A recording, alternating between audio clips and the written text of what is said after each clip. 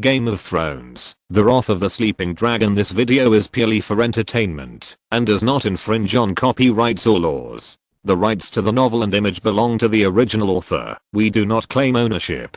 Don't like waiting and want to listen to this fanfic in full now? Subscribe to our Patreon, where you'll find the best fanfics. Chapter 501 Winterfell. The North is still the same as it used to be. Viserys rode on the dragon's back, feeling the snowflakes falling around him. The biting cold wind kept penetrating his clothes, but he didn't feel cold. His long silver gold hair fluttered in the wind. The neck is the north-south dividing line between Westeros. Everything south of the neck can be called the south, while everything north of the neck is the real north. Most of the humans living on this continent live in the warm south. The climate conditions in the north are harsh and unsuitable for crop planting and human life. Although the land of Everwinter, including more than half of Westeros, occupies more than half of the land, the population of the north is not that dense, especially north of the wall, closer to the land of Everwinter in the north than the Turn's territory, which is almost a forbidden zone for life. During this period of time, Viserys read some of the books in the Red Castle in his spare time. These books were still collected in the Red Castle during the reign of Targaryen. Not only were no books included in the usurper's reign, but the collection was also severely damaged due to wars and lack of storage. Robert didn't care about these books at all, let alone think of them as spiritual food. For Robert, these books were too hard to wipe his butt. Viserys felt a little distressed about this situation, but he still found some records about the land of eternal winter in these books. This was a conjecture mentioned in a book called The King of Winterland: Genealogy and Legends of the Stark Family of Winterfell, written by a maester named Childlike in the Citadel a long time ago. One of the legends mentioned the land of eternal winter. Maester Childlike believed that the end of the world hid the secret of the birth of the White Walkers, waiting for humans to solve it. Then Viserys rode Balerion and continued to fly north, and finally landed in Winterfell when the moon rose in the east and the sky darkened. This is the capital of the north and a center of power. It is said that it has been built for 8,000 years and still stands. Viserys descended from the sky on a black dragon, which immediately alarmed the natives here. The dead army roared at the sky for a long time, and then was burned to ashes by Balerion's raging dragon flame. Crash! Viserys jumped off the dragon's back and stepped on the ground. In fact, Winterfell did not need Balerion to destroy it. Now it has become riddled with holes. There are large areas of burnt marks on the walls. That was the fire that Benjen set before jumping off the walls of Winterfell. The roofs of many houses have collapsed under the thick snow, leaving only ruins all over the ground. Perhaps in the more than 8,000 years that Winterfell has stood on the northern land, there has never been a moment like now when no one lives in it and no one takes care of it for more than half a year. The masters of Winterfell have now fled to King's Landing. Even the entire north, except for a few expeditions from the free trade cities, has been completely deserted and has become a no man's land. The breath of life has been wiped out, and even the weeds have not grown. Only thick snow has buried the ancient castle. After the sky darkened, if Viserys had not been sharp-eyed and confirmed that this was Winterfell, by comparing it with the map, he would not have been able to recognize it, even when he was flying in the air on the back of a dragon. This is the famous Winterfell, the origin of many wonderful stories. I have always wanted to come and see it, but I didn't expect it to look like this when I first came. The changes in Winterfell are regrettable. Viserys feels that his beautiful imagination of Winterfell has been shattered. This is now a ruined castle, and the scale is not very large. Balerion feels a little depressed when he moves here. The silver-haired young man knelt on one knee at this moment. Although he became a king, he did not lose his survival skills in the wild. Viserys carried a flint with him, found a piece of abandoned rotten wood, and then lit a torch. The fire dispelled the darkness and illuminated the surrounding mess. Most of the natives living in Winterfell had been burned to ashes by the fire, and he did not rule out whether there were other whites alive. There are still dead figures everywhere in the land of the north, but the number has been too scarce. There are only dozens of them in the entire Winterfell. It seems that the large army of the Dead Army has followed the Night King back to the land of eternal winter. If it is the same as before, there are probably hundreds or thousands of whites here. Viserys held up a torch, dispelled the darkness around him, stepped on the thick snow and the remains of the whites that had just been burned to ashes, and walked towards a towering tower. "We will rest here for one night, Balerion," Viserys said, his voice echoing continuously, while Balerion lay down not far away, in an open area in Winterfell, where he could put his body, quietly watching Viserys walk forward, and responded in a low voice. It had been flying for a day, and was already exhausted. They set out from King's Landing. Last night, Viserys stopped at the Twins, to rest for one night, and then set out again this morning, and flew to Winterfell in one breath. Ho! Then Balerion let out a low roar again, like thunder in the silent night sky, where a pin drop could be heard clearly. Balerion reminded Viserys to be careful, but Viserys just waved his hand. Then the silver-haired young man held a torch, and pushed open the door of the tower. The snow above his head fell down, and the light from the torch dispelled the darkness in the tower, and Viserys saw everything here clearly. This is a library, or more precisely, the library tower of Winterfell. Viserys shone a torch, and saw countless bookshelves inside. Some of them were filled with books, while some bookshelves had collapsed, with precious books scattered all over the floor. The White Walkers would not flip through these books, and they would not deliberately destroy them, if they had nothing to do. Viserys briefly walked around inside, and then walked out. It is said that during the Dance of the Dragons, Prince Jacaerys Valerian rode his dragon Vermax to visit Winterfell and discuss military matters with Cregan Stark. Vermax laid a dragon egg in the underground hot springs of Winterfell. "Can you feel where this dragon egg is, Balerion?" Viserys walked out of the library tower of Winterfell with a torch in his hand and asked. "Huh?" Balerion raised his head slightly, and a puzzled expression appeared on his ferocious dragon face. Chapter 502, Beyond the Great Wall. Oh. In fact, without seeing the puzzled expression on Balerion's dragon face, Viserys knew that Balerion had not sensed anything just by the telepathy between the man and the dragon. The rumor that Winterfell has a dragon egg first appeared during the reign of Viserys I and the Dance of the Dragons. Viserys walked out of the library tower holding a torch high, and then walked towards the location of the main castle of Winterfell diagonally opposite it, and he spoke as he walked. Balerion is very smart. His IQ is no less than that of a human teenager, and he has grown so big, even before he reached adulthood. Viserys likes to talk to him, when he has nothing to do. The man and the dragon are partners and friends. Balerion can also understand what Viserys said, because of the bond of telepathy, and he wrote down this knowledge, which has become the wisdom of a dragon, that can survive for a long time. Viserys also read about the rumor that Winterfell has a dragon egg in the books in the Red Keep. Thanks to his strong mental power, Viserys can remember everything he has seen and heard. Even if he is not paying attention or even multitasking, he can still remember it. At that time, there was a jester in the Red Keep. His name was Mushroom. By the way, he was a dwarf, Viserys said, his voice echoing in the quiet and silent Winterfell. Then he saw Balerion was a little confused about this word, and then explained. "Tyrion, you have seen it. That little guy." Balerion still understood people's names. After hearing Viserys' explanation, he suddenly realized that Tyrion still left a little impression on him. Because humans are like little kids in his eyes, and when he first saw Tyrion, Balerion was surprised to find that the other party was actually a little kid among little kids, and he was not a human child, but an adult. I don't know why animals can clearly distinguish between young children and adults. Perhaps the eyes of young children are purer than those of adults. This Red Castle jester named Mushroom is only 3 feet tall and has a huge head.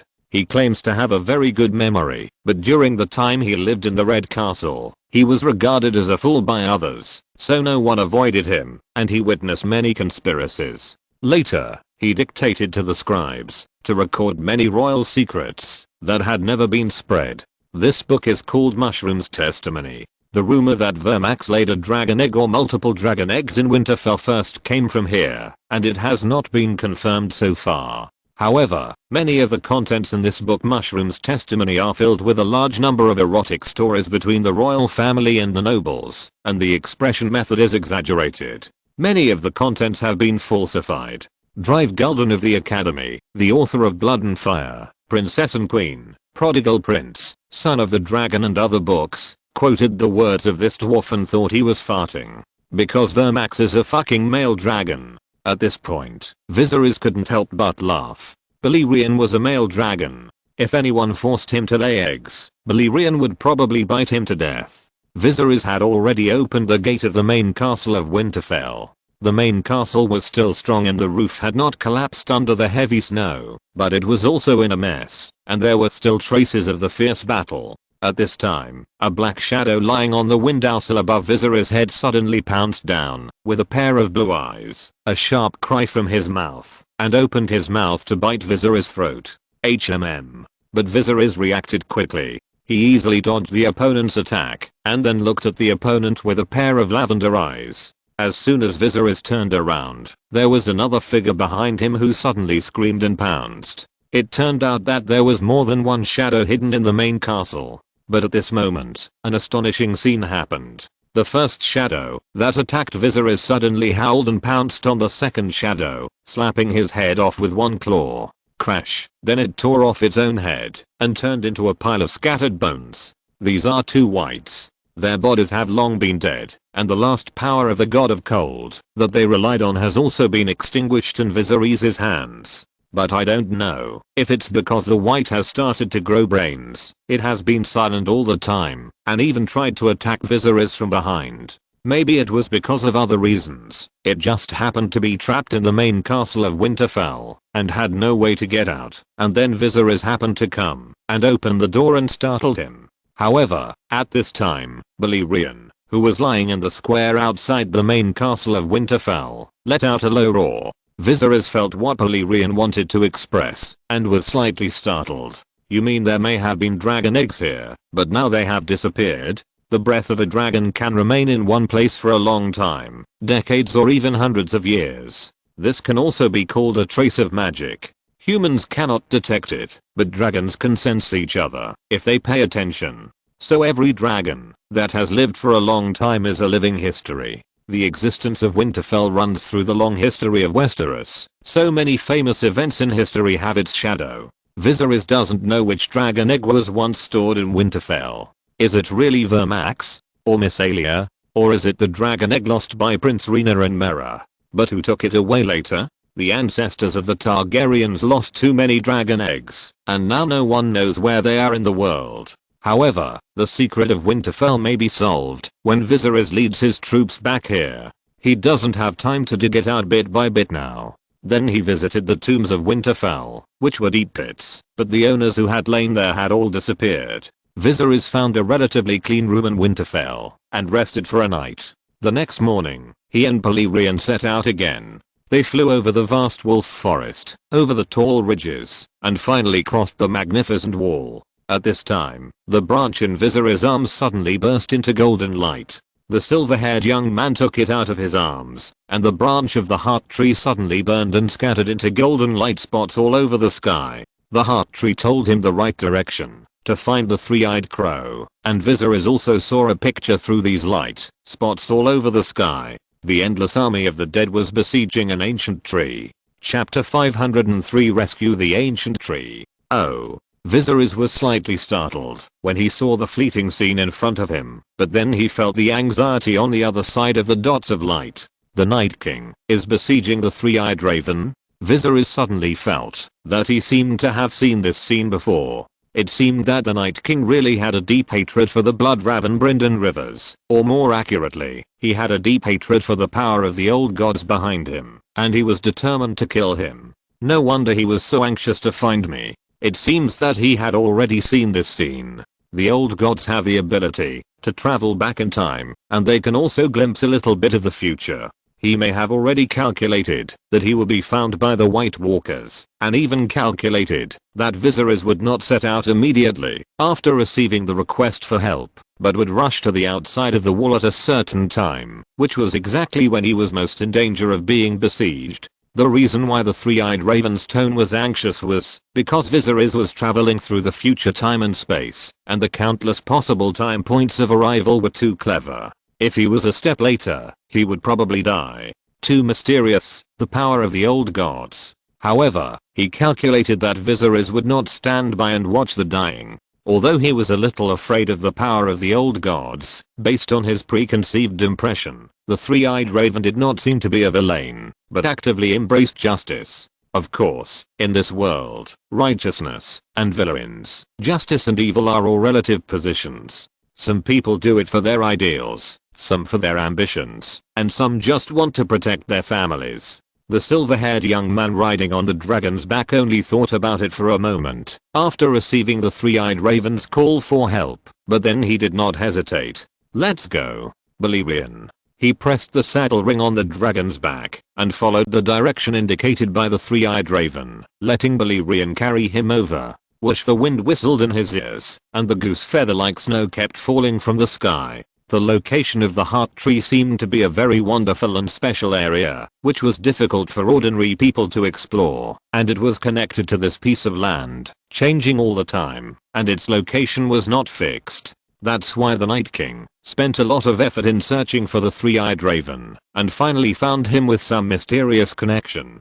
Viserys rode the dragon over the haunted forest, where cold-resistant plants grew everywhere. He vaguely remembered that a wild man named Craster seemed to have built a fortress here, but it was too small for Viserys to recognize in the sky. Then the black dragon carried him over the fist of the first men. Since flying over the wall, Balerion has been a little alert. The dragon is extremely sensitive to the existence of magic. After passing through the wall and coming to the beyond the wall, Balerion seems to have felt some inexplicable threat, forcing the Sky Overlord to become cautious. The world outside the wall hides amazing secrets. Even according to Valyria's ancient prophecy, Westeros is pregnant with a crisis of destroying the world, which also prevented the Dragon Kings from easily setting foot in this land, but only stopped at Dragonstone. And then after Balerion flew over the fist of the first men, the world in front of him suddenly became clear. This towering ridge, standing tall and majestic, is covered with snow that never melts.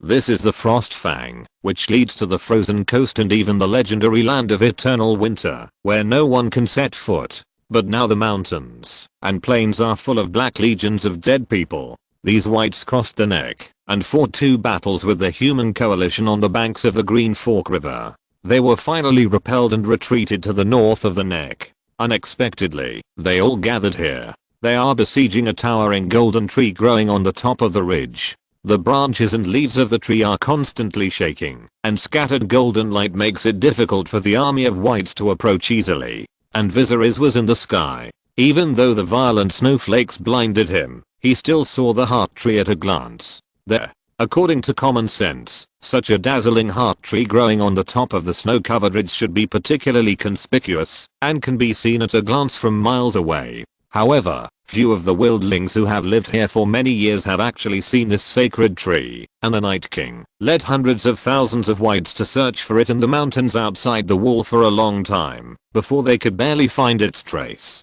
On the ground, the Night King, wearing the ice crown on his head, seemed to hear the roar of the dragon in the sky. He suddenly raised his head and looked to the south, with ice blue flames burning in his eyes. His ice crown was damaged in the last battle with Viserys, and it returned to the wall. The Night King seemed to have repaired his ice crown. But if you look closely, you can find that there are still dents and tiny cracks on it. It seems that the Night King has not completely repaired it yet. Roar. Then a roar resounded through the clouds in the white snow. Balerion's eyes flashed with scarlet light, and his huge black body emerged from the clouds and snow. His scales reflected the light, and then he opened his mouth wide. A dazzling light lit up in his throat, and dragon flames poured down in an instant. Balerion still remembered grudges, and he immediately set his sights on his old rival. This was the only monster that could remain unscathed by his dragon flames, and the opponent's ability also made him feel terrified.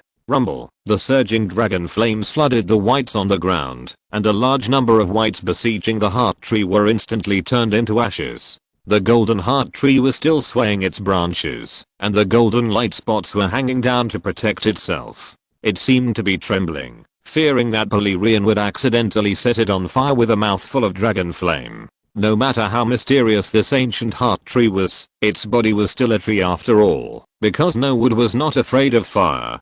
Great. We are saved. Under this golden old heart tree, a short and slender girl with big ears, dark brown skin like a doe, and covered with leaves cheered. Her voice was sweet and high-pitched with a special rhythm, and she had a pair of eyes that were a mixture of gold and green, as narrow as a kitten's eyes. Her brown, red, and golden hair was tangled in a mess, with vines, twigs and withered flowers. Her companion, another girl who looked similar to the girl, was confused when she heard her words, but she looked at the dragon in the sky above her head with a look of fear. The fish beamwood was afraid of fire, and she was afraid of it too. She was afraid that the dragon would burn down their home. Chapter 504 Son of the Forest. How the dragon's flames ended, and large tracts of white turned into ashes.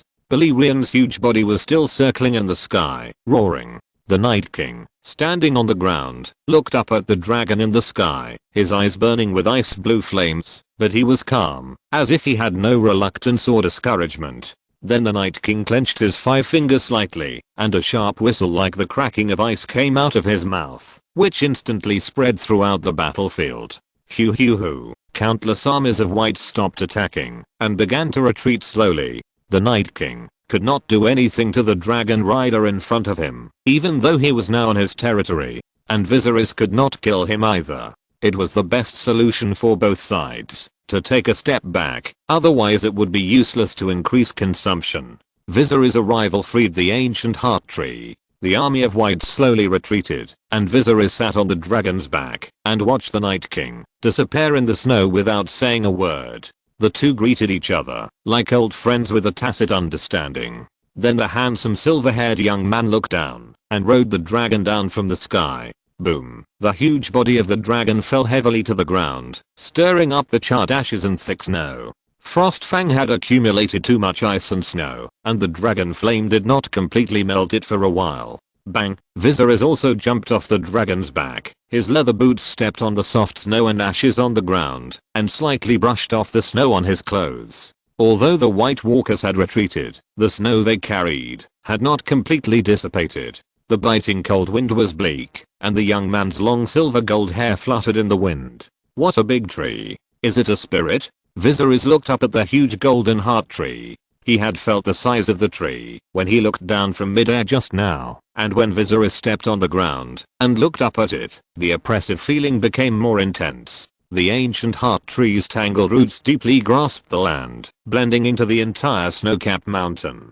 The lush branches swayed in the wind, and the golden leaves on it sprinkled light spots, as if welcoming Viserys' arrival. At this time, 2 girls standing under the tree looked like humans, but a little weird. One of them had snow-white hair and a nervous expression on her face. Seeing Viserys looking at them, she couldn't help but take the initiative. Ha! She uttered a strange spell, and then a ball of lightning condensed in her palm. The lightning raged in her palm, overflowed through the gaps between her fingers, and then suddenly threw it towards Viserys. Viserys' eyes narrowed when he saw this. Clang. He then drew out the dusk from his waist and smashed the lightning ball with one sword.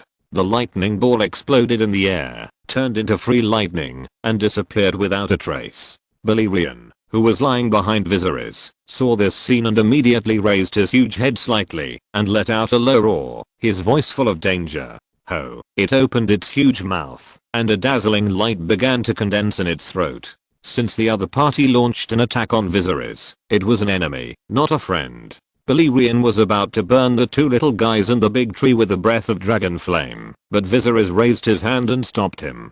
Balerion. Viserys said. He stopped Balerion from burning the 2 little guys in front of him with fire, and then turned his head to look at them. Children of the forest. The silver-haired young man was wearing a black cloak, with long silver gold hair freely draped over his shoulders. At this moment, he held the hilt of the dusk sword in one hand, and slowly put it back into the scabbard, looking at the 2 people in front of him with interest. They were shorter than normal humans, with dark chestnut skin, big ears, and golden eyes. If Viserys guessed correctly, this should be the legendary children of the forest mentioned in the book. They used to be the masters of the land of Westeros, but after thousands of years, the former masters of this land have almost perished. At this moment, the 2 children of the forest girls obviously had a dispute. The 3 colored girls with small flowers in their hair were criticizing and educating another white-haired girl who had just attacked Viserys. She spoke very quickly, mumbling in a language that Viserys could not understand. This language was different from High Valyrian, Westeros Common Language, Dothraki language, and the ancient language of the giants.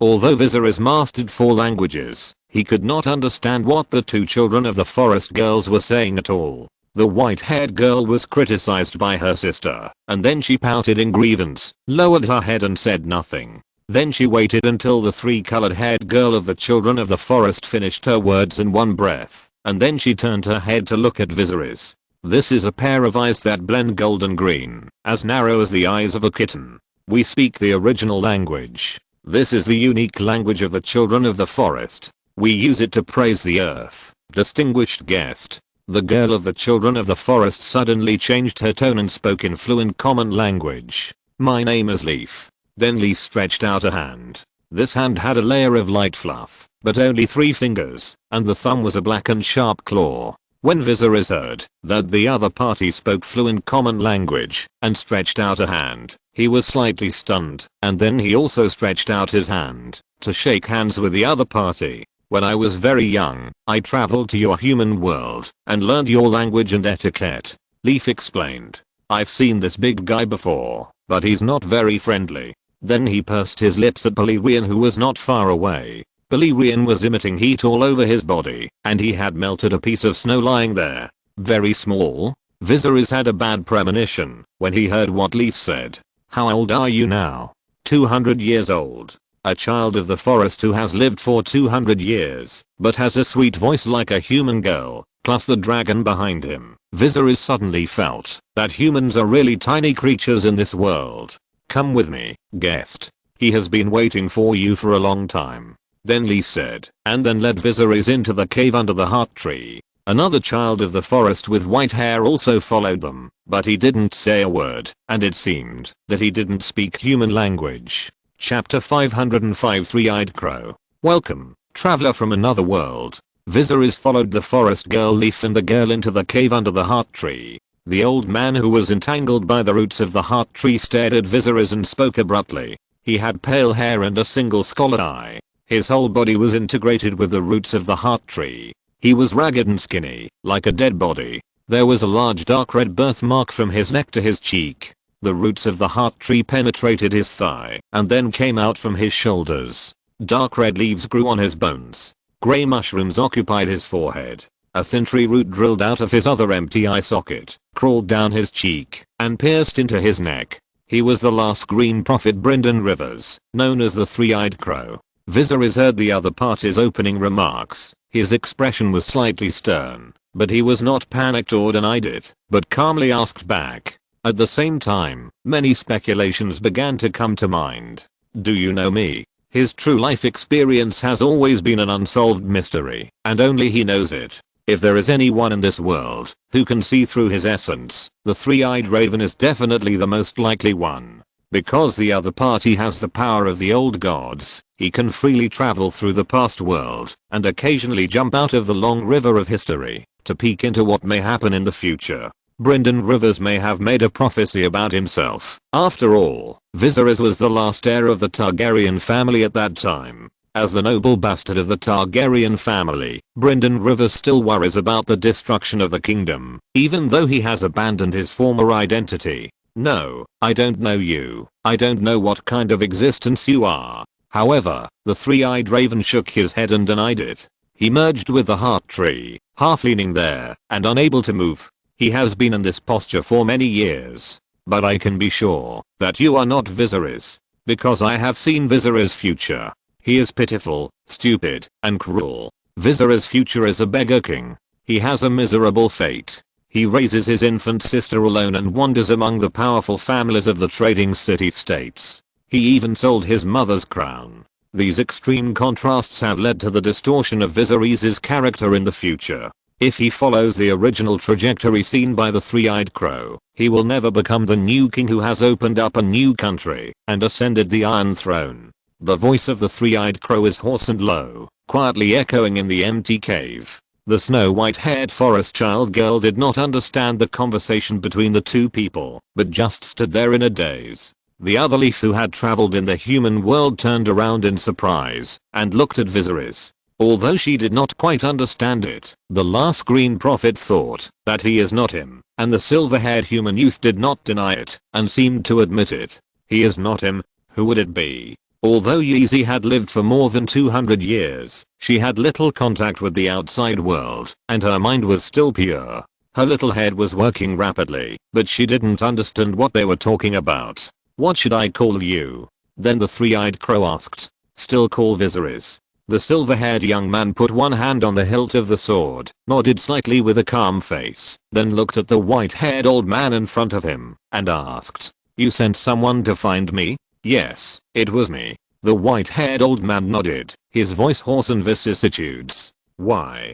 "Because my time is running out." "What?" Viserys frowned slightly. In his opinion, the three-eyed crow was able to hide under the nose of the Night King for so long, and he was still quite capable. Since he saved the other party this time and the location of the heart tree was not fixed, why didn't the three-eyed crow take the opportunity to escape? His power can spread to every corner of the world, but his body cannot leave the north of the wall. This is a past that should not be told to outsiders. The old voice of the three-eyed raven sounded, and it seemed that he already knew what Viserys was thinking. However, in the same darkness, the light of the fish beamwood is always like a bright lamp in the night, and the cold god will come to the door one day, and you can't stay here forever. Indeed, if the heart tree itself cannot completely leave the north of the wall, it will be found by the servants of the cold god one day, and Viserys will not be able to stay in front of the heart tree forever to protect it. He still has his own family and friends south of the wall, and ministers, nobles, soldiers, and even civilians who choose to support him and pin their ideals and future on him.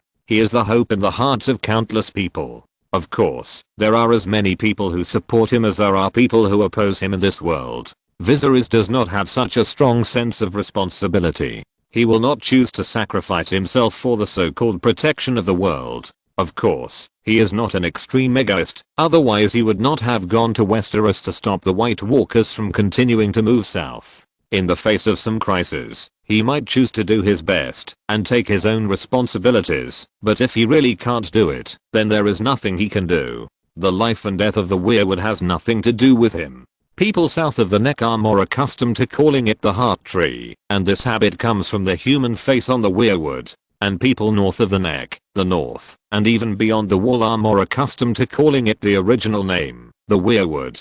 Viserys also followed the three-eyed raven and called it the weirwood. However, Viserys just nodded slightly, but then reacted, and the words of the three-eyed raven were full of great information.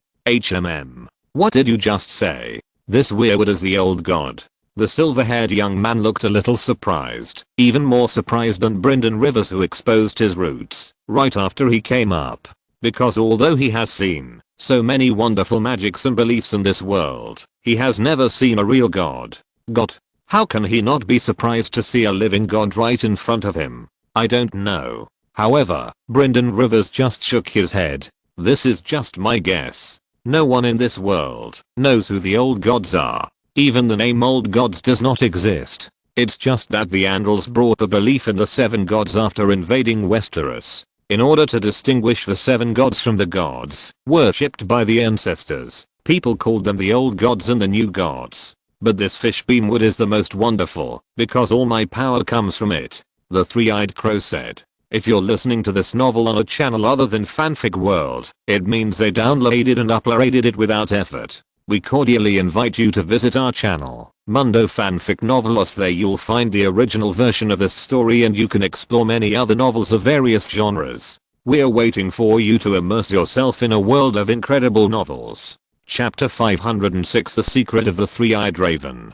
Then, Leaf, the daughter of the Children of the Forest, moved a stool outside at the signal of the Three-Eyed Raven. But it was actually the stump of a dead tree. The Children of the Forest are the best environmentalists. They will not easily cut down trees in the primeval forest. Instead, they actively protect the forest, because it is their home.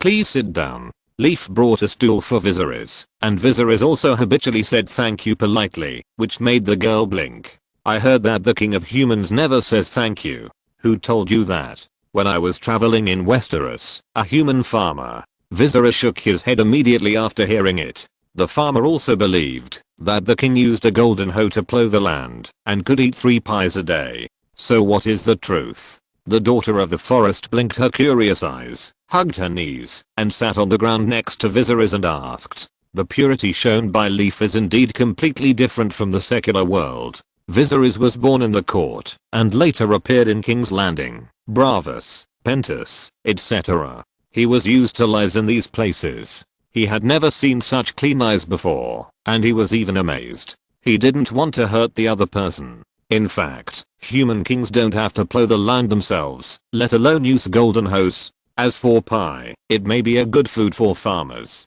Eating 3 pies a day is a very happy thing.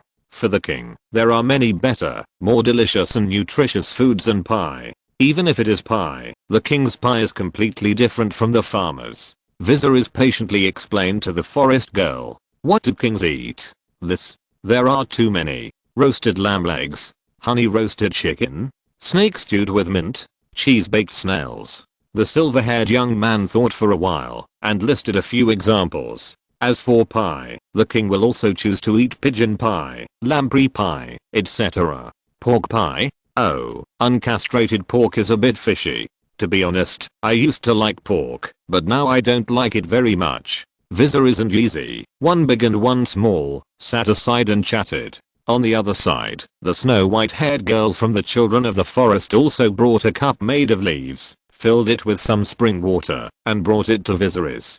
Viserys knew that the other party did not understand the common language, so he asked Leaf for her name, but Leaf said that her name would be too long to say in the common language. Then Leaf looked at her companion and saw her snow white hair, which was obviously different from her own, and then asked Viserys to call her Snow Hair. The Children of the Forest are a little shy by nature. They are afraid of humans, but for some reason, the silver-haired young man may have a unique influence, which makes Leaf and Snowhair temporarily put down their fear and hostility towards humans. The three-eyed crow who was bound to the roots of the weirwood saw the 3 people below chatting enthusiastically, especially Viserys' pair of slightly shining lavender eyes, and finally couldn't help coughing lightly. Cough. However, he coughed but didn't get any response, and then he had to increase his strength and cough heavily, which attracted the attention of the 3 people below. What's wrong with you? Yeezy hurriedly stood up from the ground. She thought the last green prophet was sick. Because the human body is really too fragile. It can only survive for a few short years. The slightest disturbance may kill it at any time. I'm fine. Brynden Rivers' voice was hoarse and vicissitudes, hiding his depression. He looked at Viserys with his only one eye and said, "Let's talk about business, Viserys." Then Brynden Rivers told his past. His real name was Brynden Rivers. He had the blood of the Targaryen family flowing in his body. He had a life full of ups and downs, and was extremely exciting.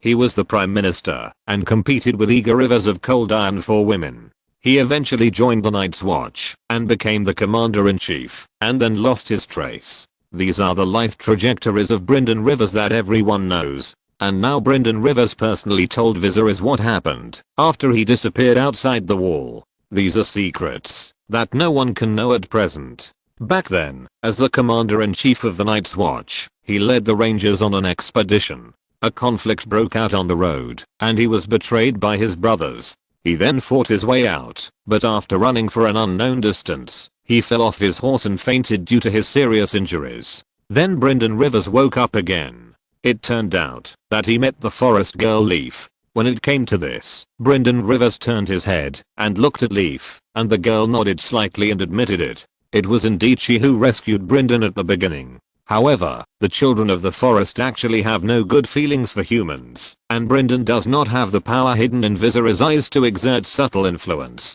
The reason why the Children of the Forest chose to save him was because of the request of the previous generation of Green Prophet. The previous generation of Green Prophet was also a child of the forest. He had a pair of green eyes. He saw the future through the power of the fishbeam wood, and understood that his end was coming, and the new heir chosen by the fishbeam wood was about to come. Therefore, the Green Seer sent out Leaf to rescue Brynden. He was the next generation heir chosen by the weirwood itself. Because of Brynden Rivers' extraordinary talent, his spiritual ability was far superior to that of normal people, and he even relied on self-study to master some black magic when he was the Prime Minister. Because of his extremely high talent, he was chosen. Then the Green Seer asked Brynden Rivers about his own wishes, whether he was willing to become the next generation of Green Seer. Brynden Rivers nodded in agreement, and then Snawa brought a bowl of weirwood seed paste.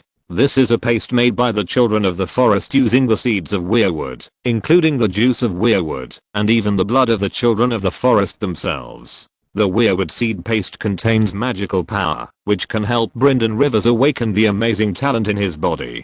From then on, Brynden Rivers became the next Green Seer. The god of cold is about to destroy the god wood, and my life will soon come to an end. The white-haired old man's voice was full of vicissitudes. Brynden Rivers was born in the year 175 of the Egan calendar.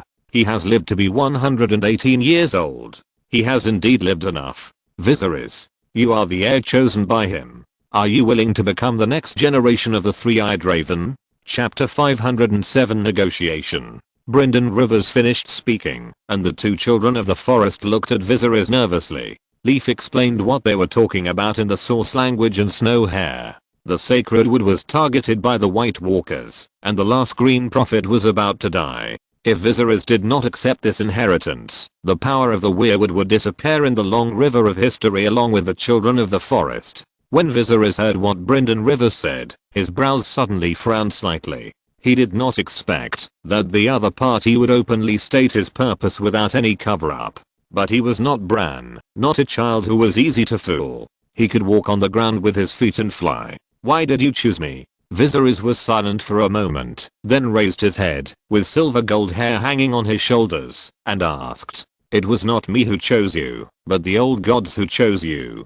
The white-haired old man was entangled by the roots of the tree, and his voice was old and low. At this time, a pure black crow flew in from outside. Flutter, its wings flapped, and made a sound, and there was a scarlet eye in the middle of its forehead. The three-eyed crow landed on a crooked root of a fishbeam wood, then tilted its head slightly to look at Viserys, and then combed its feathers with its beak.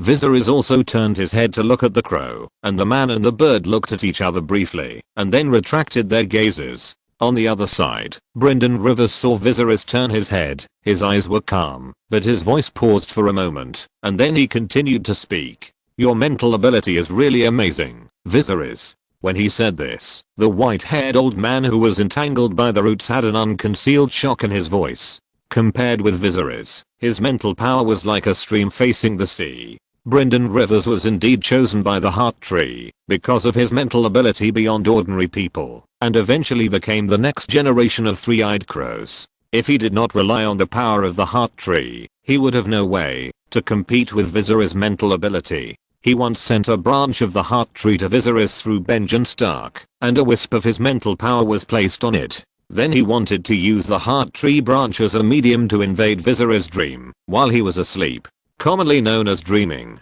The three-eyed raven is best at playing this kind of mysterious thing. Although people don't quite understand it, they feel very powerful. However, the three-eyed raven failed completely in this battle of mental power.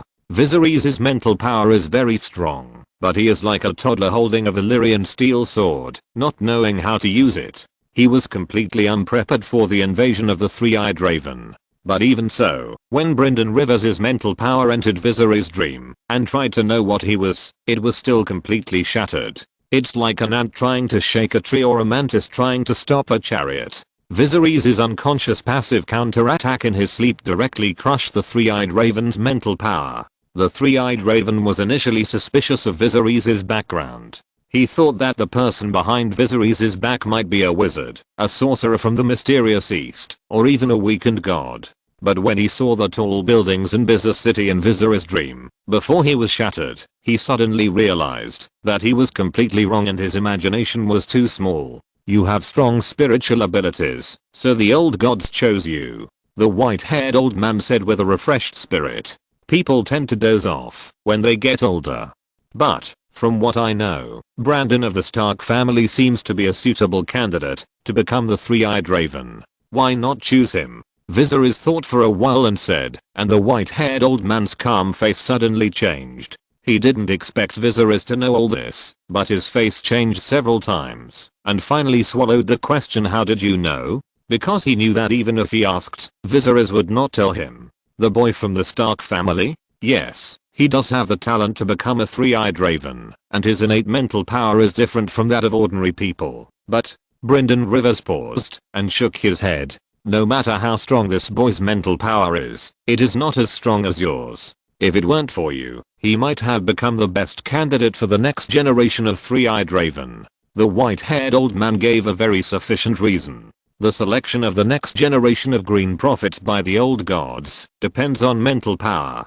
Brandon's talent is good, but it is still not comparable to Viserys, so the heart tree is more inclined to Viserys. I'm the king of the human world. After listening to Brynden Rivers' reasons, Viserys pondered for a moment, and then stopped dragging his feet and finally spoke slowly. I have supreme power, status, gold, beauty, army, all the beautiful things and people that can be imagined, Viserys can have. You want me to be the next generation of the three-eyed raven? What benefits can I get, and what responsibilities do I need to bear? Since Brynden Rivers directly stated his purpose, Viserys would naturally not continue to beat around the bush. We are all adults, so why not make things clear?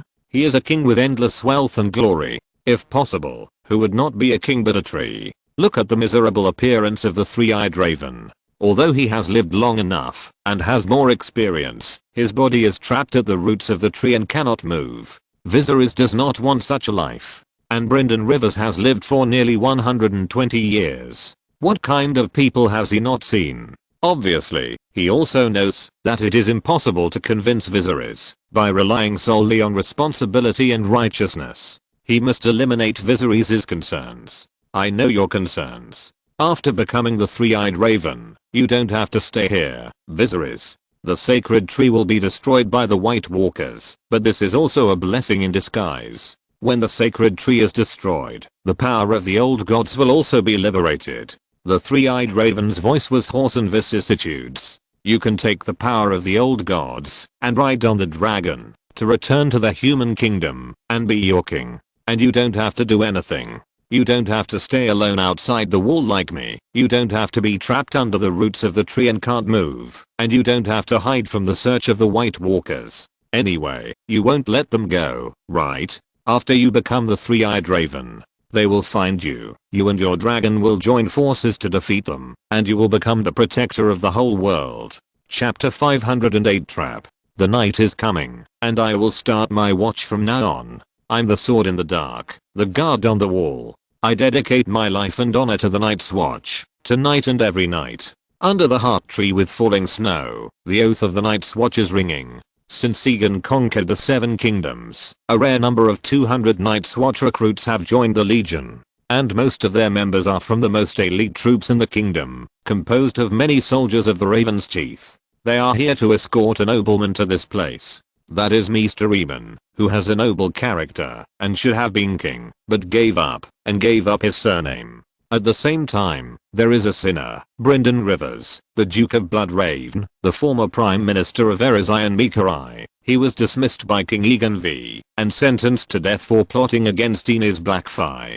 The world in front of Viserys has changed. Just now, they were still in the middle of a conversation, but suddenly appeared here. However, Viserys did not panic. Instead, he turned his head left and right and looked around. He knew that the three-eyed raven had the ability to take people through time and space, but no matter how good Viserys was at history, he could not tell which era he was in for a while. However, Viserys relied on his extraordinary memory and looked at the more than 200 Night's Watch recruits in front of him. Suddenly, he found 2 familiar faces, as if he had seen them somewhere. But before Viserys could identify who these 2 people who seemed to have seen them before were, an old voice came from behind him. That person is me, the oldest person in the team. In the white wind and snow, the silver-haired young man in front of the godswood heard the voice behind him and turned his head slightly and looked behind him. On a branch not far away, a black crow was combing its feathers. There was a scarlet eye on its head, and it was tilting its head to look at Viserys. Does this scene seem familiar? Viserys also looked at the crow on the treetop, and then he remembered that just now he was talking to Brynden Rivers in the cave, and suddenly a three-eyed crow flew in and landed not far from him. Viserys turned his head and looked at the crow at that time, and the crow also looked at Viserys and combed its feathers. The man and the bird looked at each other for a second in that brief process. I was hit at that time. The silver-haired young man stood in front of the godswood in the wind and snow, quietly watching the three-eyed crow, and then spoke. Then he turned his head and looked to the side. A white-haired old man in a black robe was standing there, with a pair of dim eyes, also looking at Viserys. Yes, you are too careless, Viserys. Although my mental power is not as good as yours, I can still bring you here with the help of the weirwood. The 200 new recruits of the Night's Watch made their oaths in front of the heart tree and then dispersed. One of the white-haired veterans was Brynden Rivers, the hand of the king of the previous 2 dynasties. He was already 58 years old when he was exiled to the wall. The other silver-haired young man looked a bit like Mr. Eamon, whom Viserys had seen. He was Mr. Eamon in his youth. Now he was only 35 years old. It was hard to imagine that he would be on guard at the wall for so long this time. This group of the most elite soldiers in the kingdom, as well as the criminals that Egan V had cleared out of the dungeons, and even the young Mr. Eamon, seemed not to see the 2 people in the snow. They all turned a blind eye to the three-eyed raven and Viserys. Only the grey-haired young Brynden Rivers seemed to have some sense. He stared blankly at a blank snowfield in front of the godswood, and always felt that there seemed to be something strange there, a feeling that was both familiar and strange. The blank snowfield he looked at was where Viserys and the three-eyed raven were now, but he saw nothing, just a spotless blank. The Blood Raven Duke had a strong mental power and seemed to have sensed something. His abnormality was seen by others as a daze.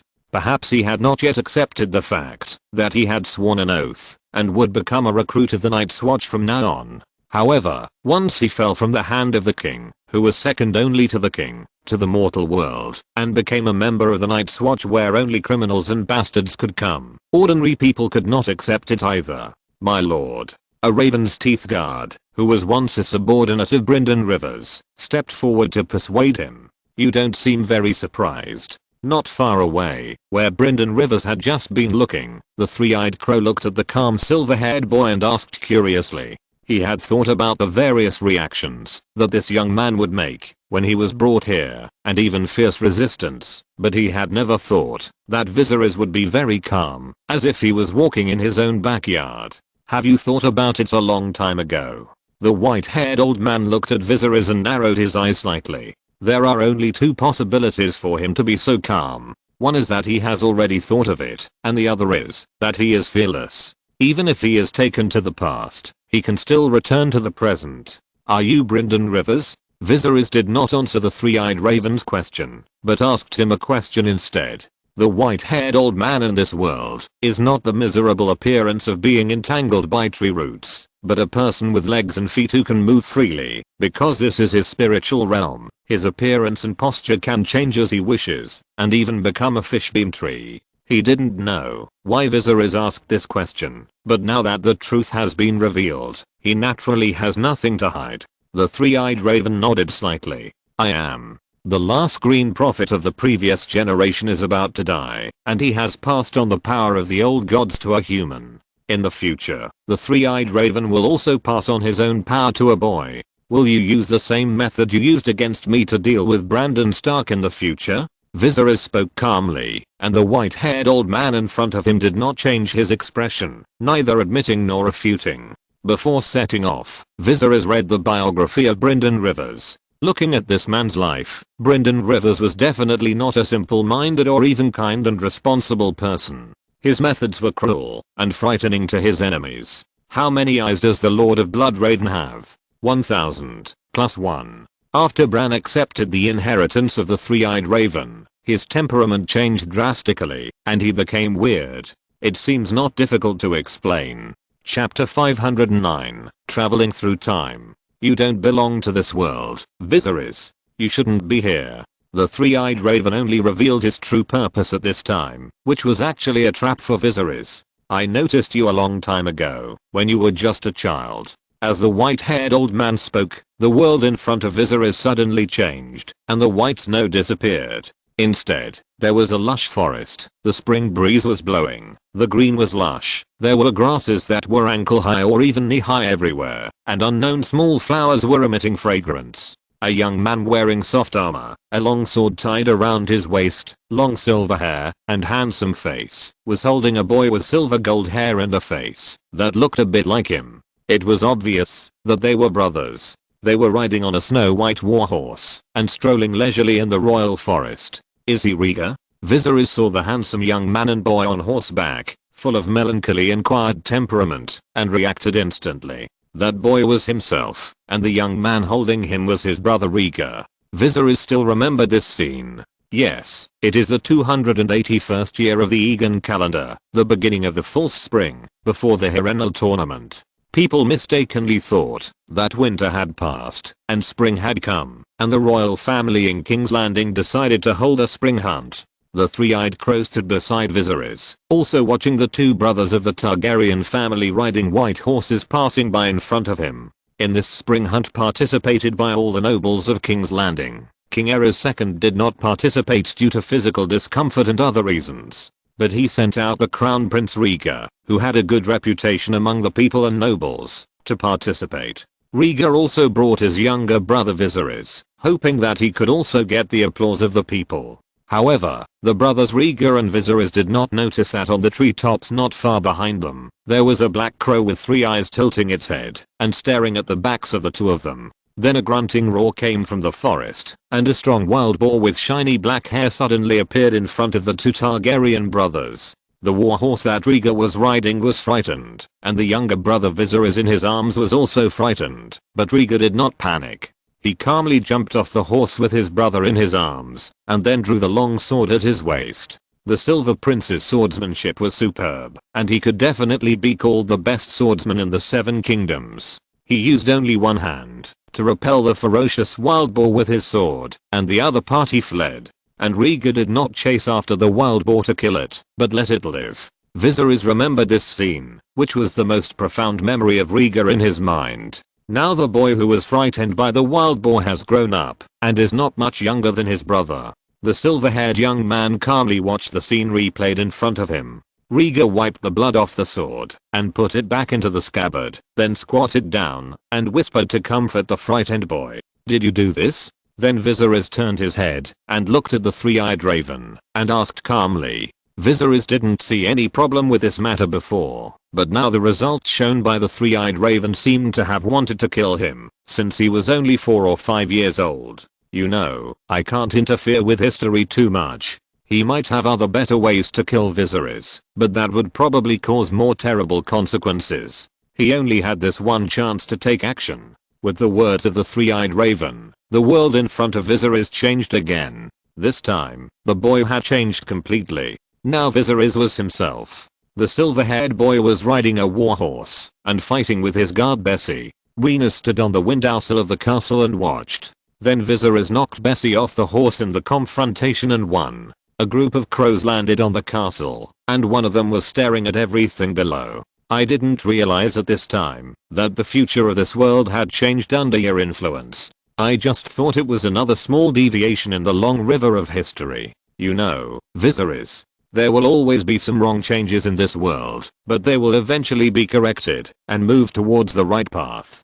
This is the responsibility of the old gods. Until I found you, then the scene in front of Viserys changed again. Just now when Viserys and Bessie were fighting, the three-eyed crow first stared at him and found that this young man had changed the course of the world, but he mistakenly thought that the world would correct the other party in time. However, when he noticed Viserys again, he found that it was too late. How the flames of Andalus Castle soared into the sky. Because of the servant's mistake, a huge fire burned fiercely.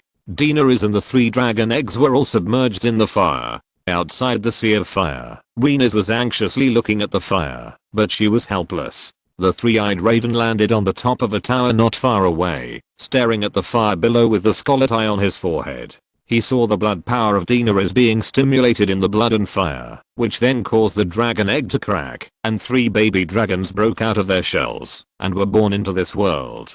At the same time as the 3 baby dragons were born, the 3-eyed raven also felt that the power of the old gods in his body was gradually recovering and becoming stronger than ever before. All the spellcasters in the world were suddenly awakened and at a loss. A red comet representing many symbols also appeared from the end of the Sunset Sea. It flew over Westeros and finally fell in front of Viserys' army, who had returned from the expedition and repelled Khal Drogo.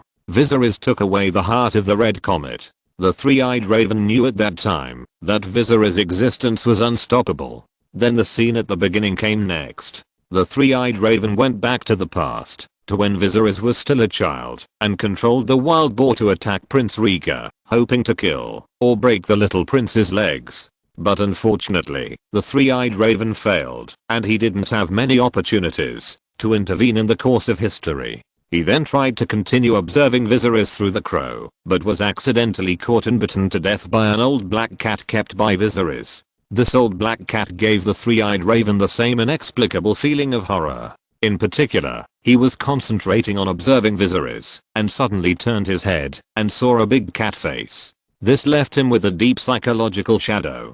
From then on, the 3-eyed raven gave up observing Viserys. Until not long ago, he realized that the future Night King was about to find his hiding place, and then he asked Viserys for help.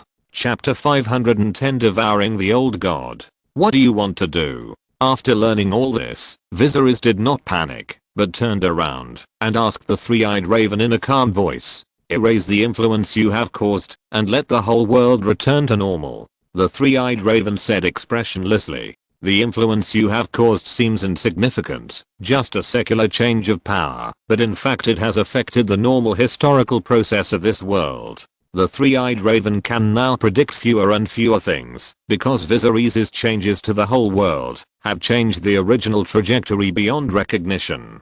If the influence you have caused continues to spread, I'm afraid it will cause irreversible consequences. Viserys listened to the words of the white-haired old man and raised his eyebrows slightly. "Consequences? Listening to your words, I feel like a heinous person, but what kind of evil things have I done to make you so scared?" Viserys was a little curious about why the 3-eyed raven had to attack him, and what he had done to make him feel like he was facing a great enemy and even take action at this time. "No, you didn't do anything, and you're not a heinous person.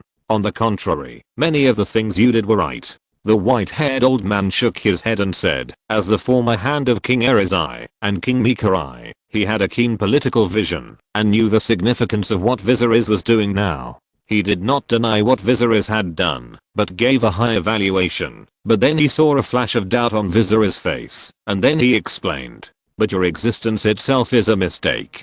Viserys fell silent. "Your influence on the world has been too profound, and this influence has caused the outcome of the final battle to become confusing. Many key personnel participating in the war have changed their fate under your influence. In short, Viserys' existence has changed the fate of too many people." But first of all, Viserys didn't know what the final battle mentioned by the 3-eyed raven was. Was it a war against the White Walkers? Or some other threat? What he couldn't understand even more was why the 3-eyed raven was sure that he would lose. If he unified the 7 kingdoms and united more forces, it would obviously be clearer than the situation in Westeros after the War of the 5 Kings. However, the 3-eyed raven gave Viserys an answer. "I can't gamble. Since there is a future where victory can be seen, although the process is a bit ups and downs, the final result is still good.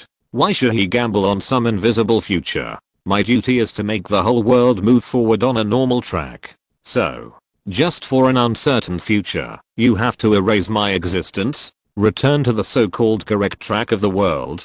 Viserys laughed inexplicably when he heard the words of the 3-eyed raven. In his opinion, this is a classic story of abandoning a small person to fulfill the big family. But no one has ever asked this abandoned little person what he thinks. In that case, Brynden Rivers. Then Viserys drew out the dusk from his waist and pointed it directly at the 3-eyed raven. "Stop talking nonsense and draw your sword."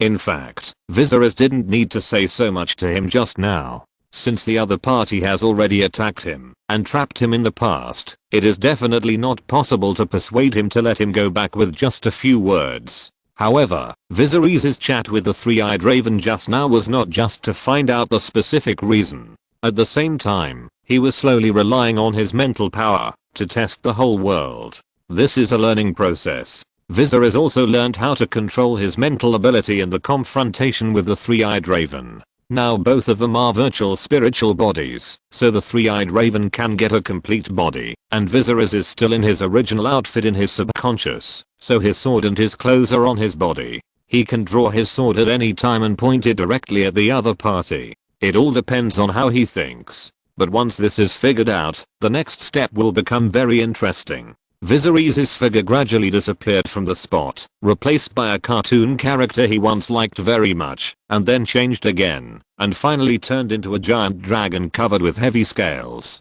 Viserys changed into the appearance of Balerion, while the three-eyed raven still stood there, holding a scepter made of heart tree branches in his hand, looking up at the dragon that covered the sky above his head, with a calm face, looking like he was sure of victory. The power of the old gods dragged Viserys into this world, which is the home of the three-eyed raven, and has the blessing of the power of the old gods. After he took Viserys around, he returned to the year 233 of the Egan calendar, when he had just joined the Night's Watch. Then the roar of the dragon above his head was deafening, and Viserys turned into Balerion, and the violent dragon flames poured down, attacking the three-eyed raven below. In the distance, Brynden Rivers, who had already walked away with his brothers in the Night's Watch, seemed to feel something again, and this time it was even stronger. He couldn't help but stop and turned his head to look at the sky behind him. He had a pair of Demizen grey hair fluttering in the wind, but he only saw the white snow and nothing else.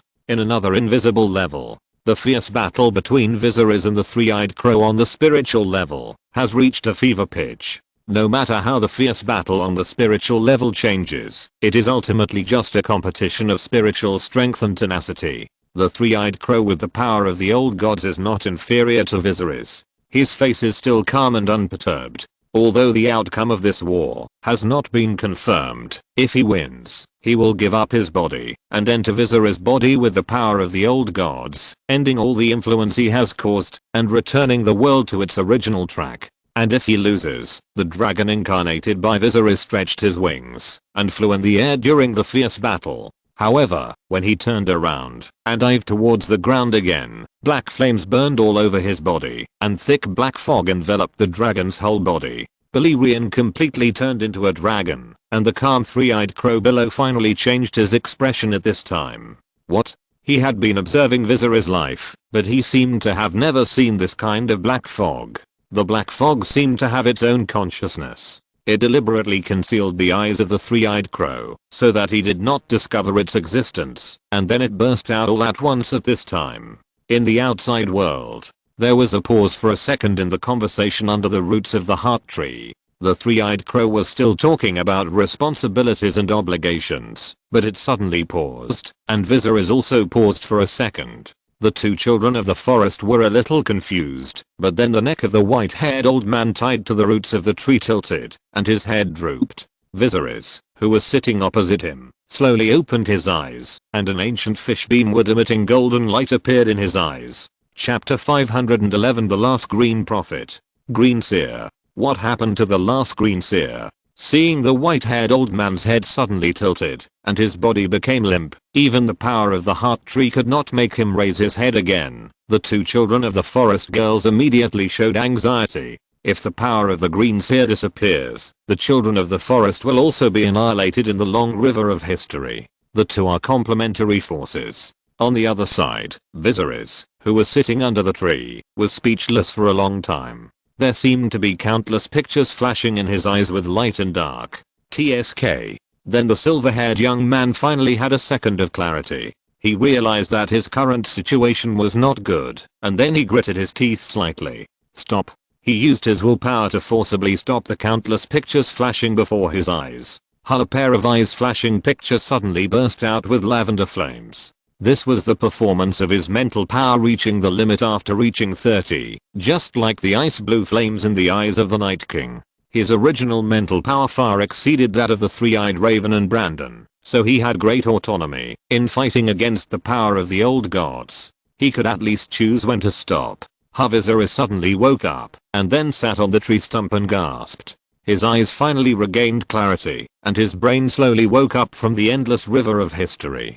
Just at that moment, Viserys was almost lost in these long years, and lost his consciousness. He gradually became a part of time, and all emotions, joy, anger, sorrow, and happiness, were leaving him. Because he had seen too many emotions in these countless scenes, from curiosity at the beginning to being full later, all of these made him numb, until finally Viserys used his willpower to forcibly end all of this and woke up.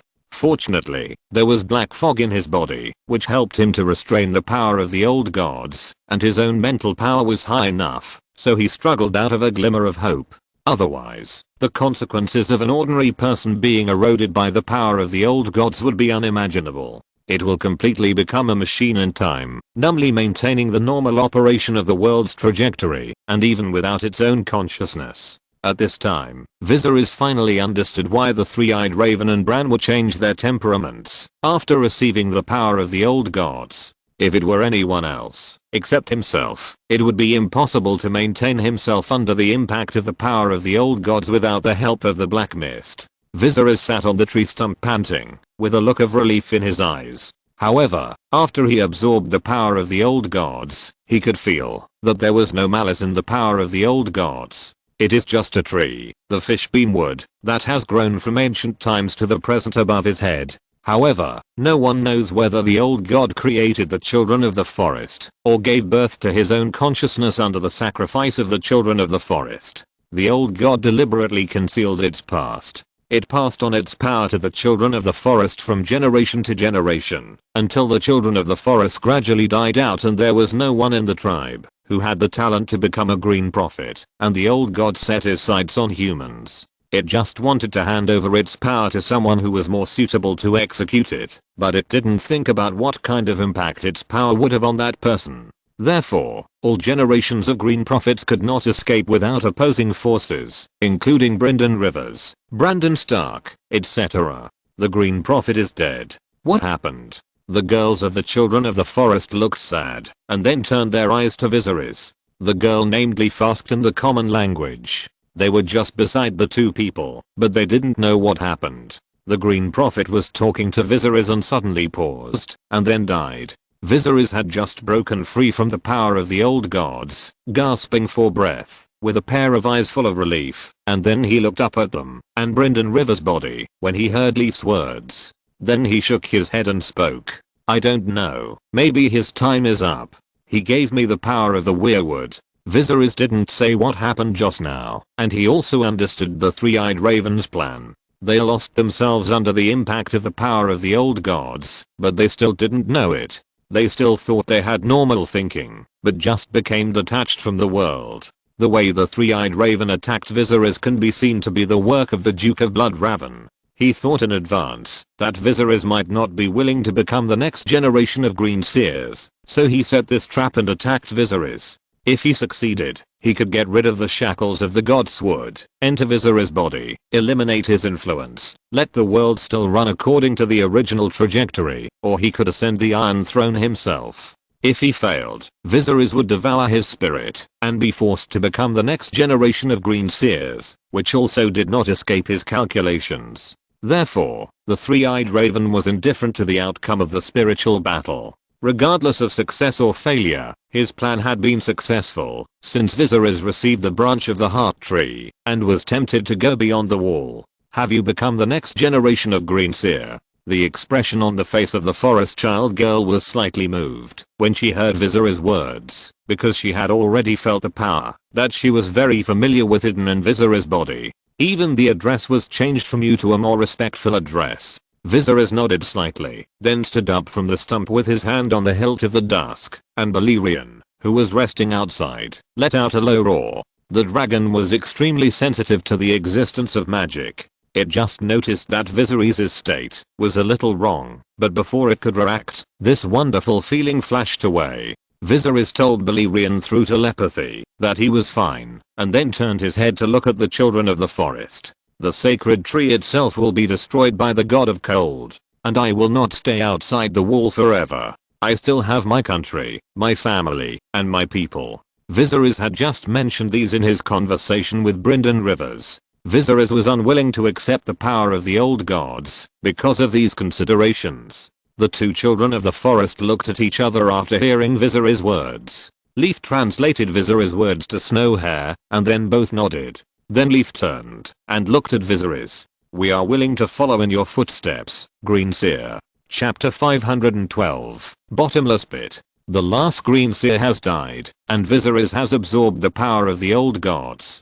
Viserys is naturally happy that the last children of the forest are willing to follow him, otherwise they will also be lost in the long river of history. However, when Viserys asked about the rest of the children of the forest, the leaf told him that the rest of the children of the forest were underground, or in the trees. Underground? In the trees? Viserys showed a puzzled look on his face, and then the leaf explained. "You may not understand. This is the final destination of the children of the forest. The children of the forest are born in nature and buried in nature. When their lives are about to come to an end, they will choose a way to end themselves. One of them is to merge with the fishbeam wood and become a member of the forest, and another way is to walk into the abyss under the god's wood and never return. Before the ancestors came to this land you call Westeros, it was our home."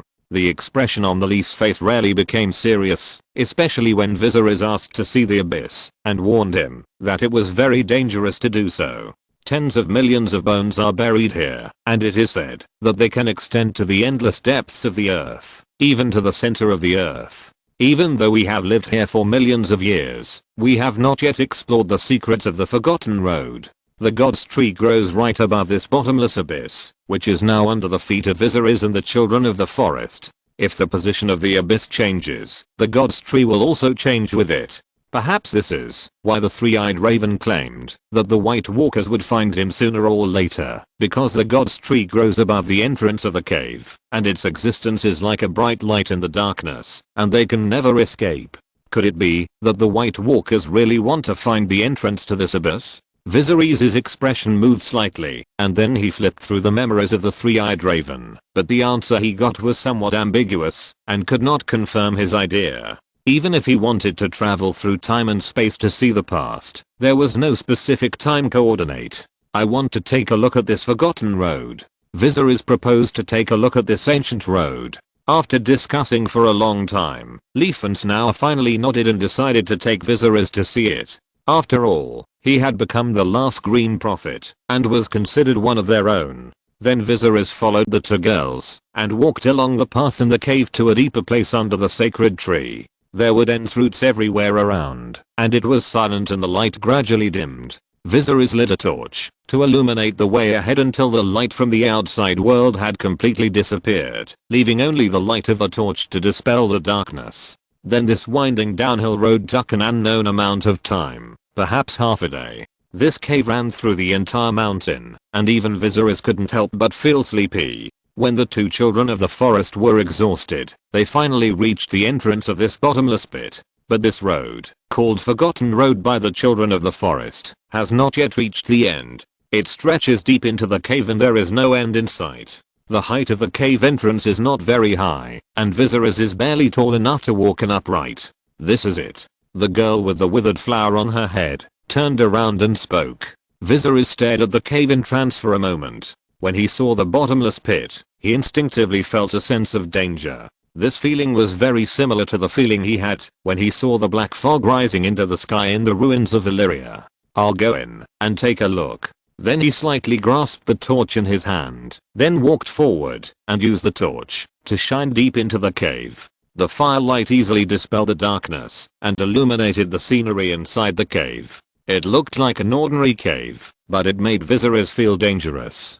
Then the handsome silver-haired young man took a few steps forward with the torch in his hand and walked into the mysterious cave, while the two children of the forest standing behind him looked at him nervously. "Be careful, Viserys." After getting familiar with them, Viserys asked them to call him by his name directly, instead of always calling him the Green Prophet. "Don't go too far into the cave, or you'll never come back." Leaf spoke nervously to remind him. This was one of the ways the children of the forest used to commit suicide when their time was up. However, as far as she knew, none of the children of the forest who had gone in could successfully come out. The records left in the tribe also warned the tribe members that if they were not going to commit suicide, it would be best not to approach this cave. I understand. Viserys naturally listened to Leaf's warning. He held a torch in his hand and nodded slightly with a tense expression. In fact, he had just taken the first step into this bottomless pit and felt an inexplicable sense of crisis. This was even more terrifying than when he was outside the cave, which made him feel a little creepy. Then he took another step forward, squatted down, and picked up something from the soil. This is. Viserys looked at the thing in his hand, weighed it slightly, and then frowned slightly. Obsidian spearhead? Was there a war here? This obsidian spearhead was very roughly polished, carrying a heavy historical atmosphere.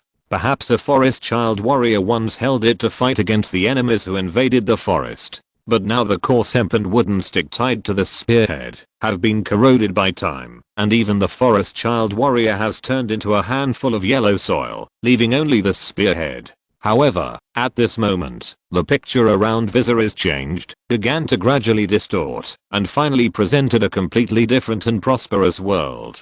Bright sunshine, fresh soil, green vines entwined, and vitality everywhere. Rumble, the giant stepped on the ground, waving the uprooted giant tree as a club in his hand, and ran towards the distance. Roar, the huge lion of the West Mountain roared, and shook the forest. The unicorns formed a white ocean in groups, their tall and thick tentacles pointed straight to the sky. The endless dire wolf packs and mammoths were all heading in one direction, as if they were participating in a war. What era is this? Viserys stood there, and looked at everything in front of him calmly. The obsidian spearhead in his hand had also faded away the sedimentation of history, and became brand new and shining. It was tied with a coarse hemp rope, hanging a few skulls, and connected to a long wooden stick. A child of the forest who was wearing clothes made of leaves, dark skin, short but strong, naturally took the spear from Viserys' hand. He spoke an incomprehensible ancient language, and then raised his arms and shouted, "Up!" In the woods, countless children of the forest responded to his shouting, and killed towards the distance. "Hey, my brother." Then the strong child of the forest turned around with a black spear in his hand, and looked at Viserys. Then he saw Viserys' appearance and his eyes widened. If you're listening to this novel on a channel other than Fanfic World, it means they downloaded and uploaded it without effort. We cordially invite you to visit our channel, Mundo Fanfic Novelos. There you'll find the original version of this story and you can explore many other novels of various genres. We're waiting for you to immerse yourself in a world of incredible novels.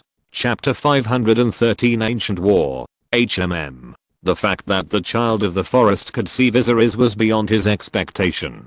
Not only was the other party shocked, but Viserys himself was also shocked. He thought that in the old days, he would never be seen by outsiders, and could always be a bystander. However, the current situation was a bit awkward. He could not understand what the leader of the children of the forest said. Although he mastered 4 languages, it was obvious that the other party could not understand what he said. It was unknown how many tens of thousands of years ago, or even hundreds of thousands of years ago. After all, according to Yeezy, the history of the children of the forest was millions of years. And human civilization was just a drop in the ocean for the long history of the children of the forest. Even the same language was completely unrecognizable due to the changes of the times. If it were not for the poor reproduction ability of the children of the forest, perhaps a terrifying civilization would have been awakened long ago, and humans would probably not be able to become the overlord of this land in the future. The leader of the children of the forest was short and strong with an unknown chain around his neck. His eyes were green. Although he looked at Viserys with some shock and confusion, he was relieved immediately. "Hey." He greeted Viserys, and made a strange sound. Although he had never seen the human species, it was obvious that he had understood what kind of existence this silver-haired young man in a gorgeous brocade robe and a black cloak was. Wow. However, at this moment, a shocking roar suddenly came from the distance. The sound was as strange as a baby's cry, sharp and piercing, and it spread across the sky in an instant. Viserys was slightly startled and raised his head. When the leader of the children of the forest heard the huge roar, his face suddenly changed, and then he turned his head and looked into the distance. The war in the distance was in full swing. The roar of the monsters was mixed with the roar of the giants and the painful roar of the mammoths. Boom boom, the children of the forest chanted spells together and activated forbidden magic. Countless thunder and lightning raged with fire. The battlefield ahead was like a battle of gods, full of smoke and dark clouds. The face of the leader of the children of the forest beside him changed drastically, and Viserys squinted his eyes and looked at the ancient battlefield in the distance. This is. Then when Viserys saw the enemies of the children of the forest, the West Mountain lions, the unicorns, the giants and the mammoths, his face changed slightly. This seemed to be a huge worm, several meters high and hundreds of meters long. It was covered with thick scales and could easily drill through the soil. It moved its huge body to break through the magic circle of the children of the forest, and its skin and flesh were already torn. Its body was like an earthworm that had been magnified countless times. Its huge mouth was in a ring shape, and its polyps were wriggling. It was attacked and made a sharp roar like a baby crying. Then it easily swallowed a huge mammoth into its mouth, and then crushed it into meat paste amid the screams of the other party, and chewed it alive. Then, this huge worm monster covered with scales raised its head high again, and then its fat mouth opened like a blooming chrysanthemum, and the empty black hole in it lit up with a red light. The leader of the children of the forest didn't care about Viserys at this moment. He began to shout madly in an incomprehensible language, as if he wanted his people to retreat. But it was too late. A huge pillar of fire that rivaled the dragon's flame suddenly spewed out of the worm's mouth, and it slammed into the ground. Rumble, the pillar of fire tore the earth apart, and countless children of the forest screamed and were buried in the sea of fire before they could escape. And Viserys also stared at the rampant fire-breathing worm with wide eyes, his eyes full of shock. He had never thought that tens of thousands of years ago, before the ancestors even landed in Westeros, the ancient children of the forest and the original masters of this land actually organized an epic war with such a terrible monster. Compared with such a war, the wars that broke out later in human history were like child's play. However, such a magnificent war did not leave any traces in the future history. Perhaps even the children of the forest themselves did not know that their ancestors had fought such a war. Boom boom, the raging fire of the fire-breathing worms hit the earth, and Viserys' figure disappeared in the sea of fire. The older the time point, the greater the mental power consumed, and the shorter the duration. The pitiful mental power of the three-eyed raven in the future Brandon Stark may not be enough to come to this era and see this war. Viserys disappeared on the spot, and the leader of the children of the forest who escaped the disaster in the distance saw his figure disappear on the spot, and then he was relieved, and then he showed an ecstatic smile on his face. Hey. Then he raised his arms and shouted in the oldest source language. He told all his tribesmen that he had predicted that they were destined to win this war, and that these monsters from the underground that were emitting black mist would be beaten back sooner or later.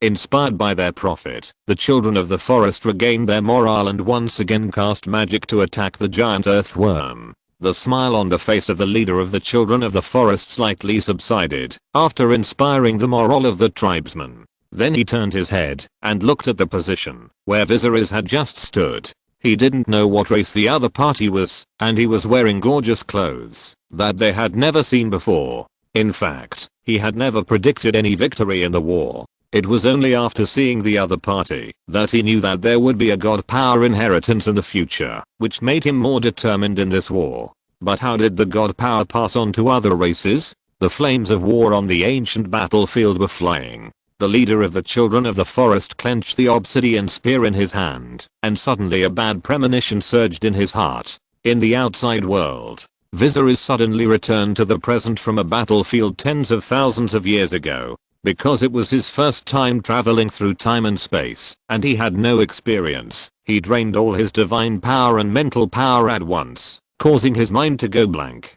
He sat down on the ground with the obsidian spear in his hand, and the torch in his other hand also fell to the ground. Viserys, are you okay? The two children of the forest girls waiting outside the cave saw Viserys squatting on the ground with a torch in his hand, and seemed to pick up something. Then he sat down on the ground and almost fainted, so he ran into the cave and helped him up despite his fear of the abyss. Chapter 514 Return to King's Landing. I'm fine. The silver-haired young man's face was as pale as paper at this moment. He was supported by the leaves and snow-white hair, then shook his head and spoke. Then he squatted down again, picked up the torch that had just fallen on the ground and carefully examined the ancient obsidian spearhead in his hand. Now its surface is dark and without the slightest luster, but Viserys knows that it must contain heavy historical value, which is soaked with the blood and tears of the children of the forest. But at the same time, there is a puzzle in his heart that is difficult to solve. The children of the forest, unicorns, giants and mammoths, what kind of monster is the enemy they are united against? Although he has returned to the present, Viserys couldn't help but frown slightly when he thought of the scene he just saw, and even felt a little scared. He and Balerion are fine. With the size and aerial ability of the dragon, they should be able to hunt this monster alone. But if humans want to start a full-scale war with such a monster, how many lives will they have to pay to kill the other party? And this is just one. Viserys decided to read the relevant books after returning to King's Landing, trying to find some answers from the books. However, although King's Landing is the capital of the Seven Kingdoms, it does not have the largest collection of books in the Seven Kingdoms. The answer that Viserys wants to know is too long ago. Perhaps only the Citadel in Old Town has records about this. In addition, he absorbed the prophecy he saw when he absorbed the three-eyed raven not long ago, and he felt that this matter could not be delayed any longer. It is better to cut the Gordian knot and quickly solve all the current enemies, and then prepare for the more cruel test in the future. Let's go. Then the silver-haired young man took a deep breath and said. A few days later, Viserys rested in the cave under the weirwood for a few days, drank a bowl of weirwood seed paste, and restored his exhausted mental strength. The power of the weirwood has also been completely transferred to Viserys' hands, and its body has become an empty shell swaying in the wind. The branches and leaves of the old god emitting golden light gradually lost all their brilliance, and finally faded back to pale branches and red leaves like a weirwood's. Viserys walked out of the cave with two children of the forest girls, and Balerion was still waiting outside. During these few days, it flew away from time to find its own food. Under the mountains of Frostfang, the endless army of dead did not take advantage of Balerion's departure to continue attacking the weirwood, but they did not leave either. They just waited quietly at the foot of the mountain, as if they knew that Viserys would leave sooner or later. And this day they finally waited for. Hula. The cold wind outside the cave was howling, the silver golden long hair was fluttering, and Viserys' cloak was also fluttering in the wind. He tied the dusk around his waist, and two forest children followed behind him. They looked sadly at the weirwood that was gradually losing its divinity. This is the last reliance of the children of the forest, even though the sacred tree told them a long time ago that it would die one day, just as no tribe could rule this land forever. The old god is just a name for it by humans. For the children of the forest, it is a sacred tree. But Viserys does not have the deep feelings for the weirwood that the children of the forest have. Under the urging of his mental power, his eyes burned with lavender flames, his gaze penetrated the vast snow, and peeked directly at the Night King at the foot of the mountain. Under the ridge of Frostfang, the Night King, with the ice crown on his head and ice blue flames burning in his eyes, was quietly waiting. He rode on a skeleton horse, and had maintained the same posture for several days, with a thick layer of snow accumulated on his body. At this moment, he seemed to be aware of Viserys' gaze, and then finally moved slightly, raised his head, and the snow on his body fell to the ground. The two looked at each other, one on the mountain and the other at the foot of the mountain. Then Viserys climbed on the dragon's back, and the two children of the forest also rode on the dragon. Accompanied by a loud dragon roar, it spread throughout the tall ridge. The huge figure of the black dragon tore through the snow and rushed into the sky. After Viserys left, the army of the dead on the ground finally began to move again. Like a vast black ocean, it rushed towards the sacred tree and soon submerged it completely. The new king had not been away from King's Landing for a long time, but many rumors were also spread in the city. Some people claimed that the king was dissatisfied with the queen for not giving birth to a son for him, so he left the capital to relax. Others said that the king went to visit his mistress who was kept in Pentus. However, all this disappeared with the return of Viserys. The roar of the dragon sounded in the sky and then landed in the square in front of the Red Castle. Viserys took two children of the forest girls into the prosperous palace, which disappointed many people who secretly hoped that Viserys would never return and would rather die outside. The children of the forest girls felt such a prosperous big city for the first time, and they were deeply shocked, even including Leaf, who claimed to have traveled to Westeros. Viserys also talked to her about the past during this journey. She had traveled to Westeros, but it was only limited to small villages and towns. She had seen a dragon, but the other party did not seem very friendly. Although it did not eat her, it asked her to get out. Later, Yeezy encountered many human pursuits and felt exhausted, so she turned back to her hometown. The children of the forest lived in the palace for a few days, but they were not very comfortable, because everyone looked at them strangely. Then Yeezy applied to Viserys, and Viserys waved his hand to place them in the royal forest outside the capital, and told her that there were 2 giant friends and 2 dragons there. The news that Viserys brought the children of the forest from somewhere caused heated discussions among the citizens of King's Landing. After all, the children of the forest are said to have not appeared for 1,000 years, and coupled with the giants who had appeared before, people increasingly felt that His Majesty the King was so powerful that even these legendary creatures could be captured. If Viserys decided to charge tickets to visit the children of the forest and the giants, he might make a lot of money. But he was not so crazy. Viserys returned to King's Landing to eliminate the undercurrents in the city. At the royal meeting, Varys submitted a piece of intelligence to Viserys that the gatherings of the poor in the city seemed to have become more frequent, and they should be cracked down on, and these people should be prohibited from holding illegal gatherings. But Princess Rhaenys disagreed with Varys' suggestion. She felt a little sympathetic towards the people living at the bottom of King's Landing. She believed that the war was the only reason for the increase in the number of poor people, and the river bay blocked the food route into the capital. Chapter 515 Imperial Meeting. Your Highness Princess, what you said makes sense. The war has caused a sharp increase in the population of King's Landing. Although the church has donated a large amount of food supplies to help the disaster relief and temporarily alleviated the famine, this is still not a long-term solution. After hearing Renz's rebuttal, the bald eunuch did not argue with her, but just smiled at Renz, and continued to speak along the lines of Her Highness Princess. Varys is a man who knows how to judge the situation very well. He knows that it is the most stupid thing to argue with the princess who is most favored by His Majesty the King, because of such a small issue. So there are only 2 urgent things that need to be resolved now, Your Majesty. Then Varys turned his head and looked at the silver-haired young man sitting in the middle of the long table in the royal meeting hall. That is to launch the Second Conquest War as soon as possible and unify the whole territory, or to hold a public trial, to publicly try the usurper of the previous dynasty and his helpers, to listen to their explanations, and then to judge them correctly to show your fairness. Which of these 2 things should come first, and which should come later, you still need to decide. After all, you are the king. But both need to be resolved as soon as possible. King Robert, the Duke of the North, and a large number of captured nobles are still detained in the dungeon.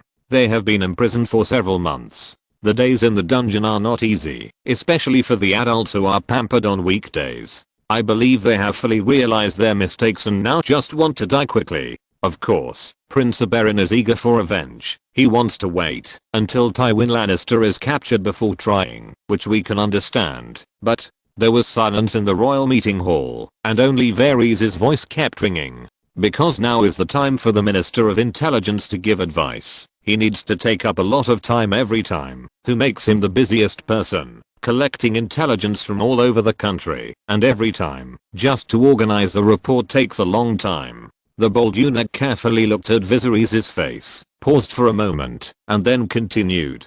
According to the intelligence collected by my little bird, perhaps earlier than the battle report sent back, Prince Oberyn seems to have suffered a little setback after burning 20,000 Lannister troops and capturing Crake Hall. Varys' voice was shrill, and he expressed his opinion tactfully, implying that Viserys should not let Oberyn go. Give me the intelligence. Viserys frowned slightly when he heard Varys' words, then took the intelligence from his hand, opened it and took a rough look. In short, Oberyn seemed to be careless, perhaps a little too anxious for success. He set a trap for Tywin Lannister in Cavern City, and then quickly moved to conquer the towns in the west. Then he burned 20,000 Lannister troops in Red Lake, forcing Tywin to hang his cousin and brother-in-law Stavor in tears. However, the old ones are still the best. Tywin suffered some losses when he first faced the younger and more powerful Oberyn. But then Tywin calmed down, took every step carefully, and did not give Oberyn any chance. Because Oberyn promised Viserys to conquer the Westerlands before the public trial, he was a little eager for success, and made many mistakes that young generals would make. When the Targaryen army occupied Craighall and attacked Lannisport along the river road, their retreat was cut off. It turned out that the Oakett family of the ancient Oak City in the River Landing, which had always had a feud with Dorne, took action. Although Lady Egwene Oakett's youngest son, heirs of the Kingsguard, died in the coup in King's Landing, the Lannister family shifted the blame to the Gold Cloaks, which was reasonable. After all, Cersei could not order the killing of her brother. She just asked to disarm the two Kingsguards. But no one expected that the Gold Cloaks would kill directly, which led to the death of Sir Aerys Oakett. This was the fault of the Gold Cloaks. The commander of the Capital Guard, Janos Sterling, who surrendered to the Targaryen family and was dismissed, should be tried, not Queen Cersei. Therefore, when Tywin suffered a series of failures and asked for help from the Ancient Oak, Lady Oberyn Oakett hesitated again and again, but finally agreed. Then she sent soldiers from the Ancient Oak to cut off the retreat of the Targaryen army from behind, and attacked and captured the Craighall, where there were not many soldiers left. The hatred between the Oakett family and Dorne has almost lasted for hundreds of years, and even the murals of the Ancient Oak recorded it all. In the 12th year of the Egan calendar, during the First War of Conquest, Earl Weir of Weir City led people to secretly infiltrate the wedding of Aerys Oakett and Jon Cavran.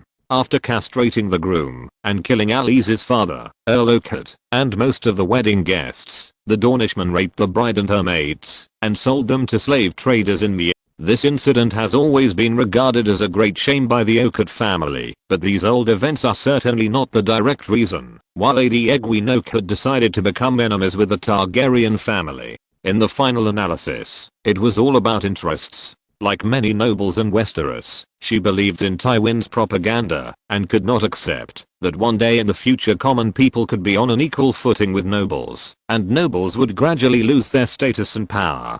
Hatred can always be resolved by interests, it just depends on whether the price is high enough. No more waiting. After reading the entire intelligence, Viserys put it down, took a deep breath and spoke. He did not blame Oberyn for underestimating the enemy and taking risks.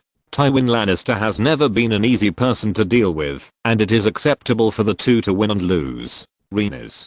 Then the silver-haired young man turned around and spoke. You ride regal to support Oberyn. The girl with long brown hair was slightly stunned, then her face suddenly showed an eager expression, and she nodded. Okay. As for the Westerly, although Oberyn suffered a little loss at the hands of the experienced Lord Tywin, Viserys still trusted his relative very much. When Viserys sent a dragon rider to help, he almost didn't need to worry about the war situation in the Westerly.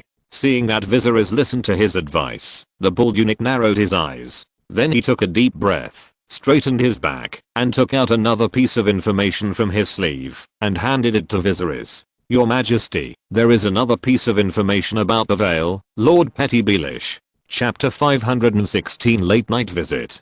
During the day, Viserys and his ministers finalized the plan for the Second Conquest War at the royal meeting. In the next few months, when the supplies are sufficient, he will personally lead the expedition. He will personally lead the Golden Company and the Dothraki to sweep across the southern part of the kingdom and quell the rebellion of all nobles except Dorne.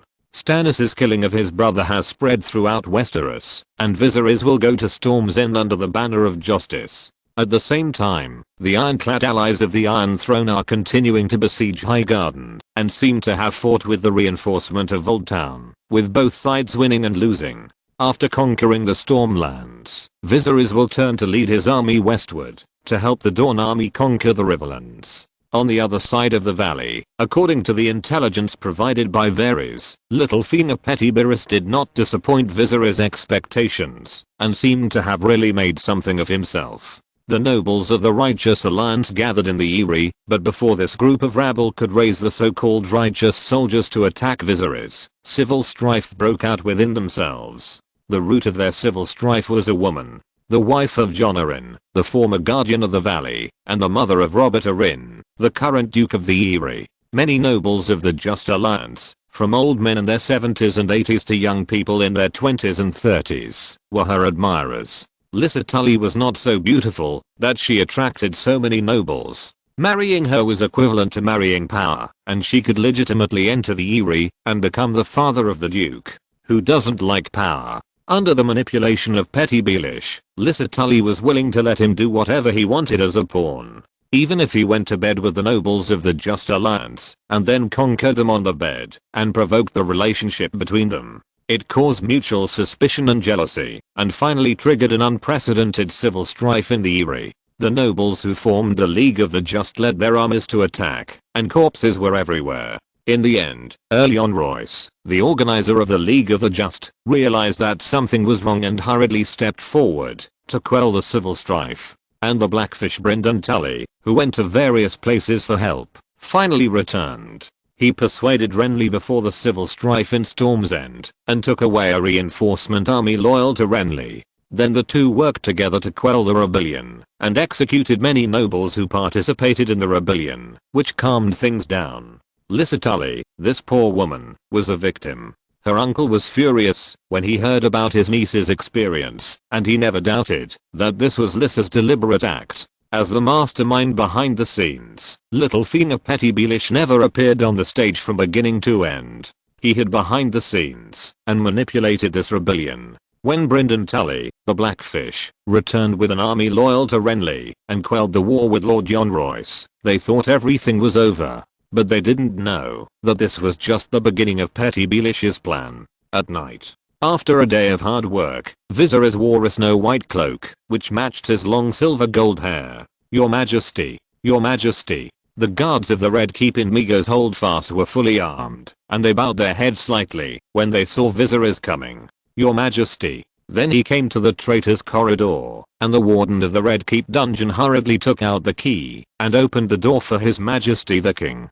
Click, the door opened. Viserys nodded slightly, then walked in, and then stopped in front of a cell. Well, he nodded to the guards behind him. The two immediately understood, handed the torch in their hands to Viserys, and then turned and retreated. The most important task of Maya, Viserys' Kingsguard, is to protect the safety of the Queen and Princess Diana, which is even more important than protecting Viserys. In fact, with Viserys' personal strength as a half man and half god, he no longer needs to be protected by others. It is already kind for him not to assassinate others. If someone comes to assassinate him, it can only be regarded as the assassin's own bad luck. Then Viserys held a torch, his silver gold hair shining in the firelight, and then he pushed open the door of the cell and walked into it. As the former king, Robert Baratheon had a deep hatred with the Targaryen family, but the treatment of the cell where he was imprisoned was still very good.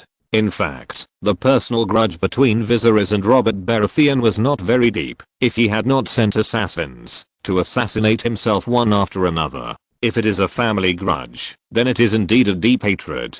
But the Viserys in front of him is not the real Viserys. He does not care about the hatred of his father, the Mad King. If he was most grateful to his mother, Queen Rhaella, and also had a good impression of his brother Rhaegar, he had no feelings for his father, the Mad King. It seems that you are doing well here, Robert. Viserys walked into the cell where Robert was imprisoned with a torch in his hand. The fire illuminated everything in the cell, and then he spoke. This was the room where important people were imprisoned in the Red Keep, so it must be extraordinary. Robert, who used to be the protector of the Seven Kingdoms, now had messy hair, unshaven beard, and unkempt appearance. He no longer looked like a king. HMPH. However, Robert was sitting on the bed in a prisoner's uniform with bare feet. Although he was not in shackles, his eyes were still wide open. Boy, are you here to mock me? Viserys listened to Robert's still energetic words, just looked at him quietly, then shook his head and smiled. He was not that boring. What? Don't you like it? A boy's a boy. When I was fighting your brother, the damned Rhaegar, you didn't even know where to drink milk. Robert used all kinds of herbs one after another, and he cursed people in different ways. It seemed that Eddard's evaluation of his brother was not wrong.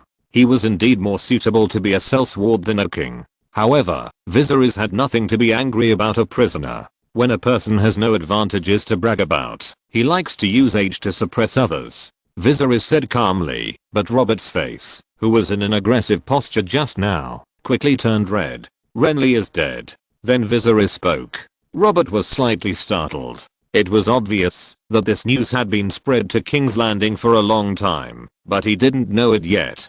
Because the dungeons in the Red Castle held important prisoners, except for his wife Cersei who could visit him, no one else was allowed to approach Robert. And Cersei has never come since the last time she came. Did you do it? Robert sat on the bed and looked at Viserys, his eyes burning with anger, but he shook his head. No, it was Stannis. He attacked and killed Renly as he was kneeling, piercing his heart with his dagger. Viserys visited Robert's cell late at night, and the two kings talked about something. However, when Viserys walked out of the traitor's corridor, he ran into a beautiful woman with golden hair.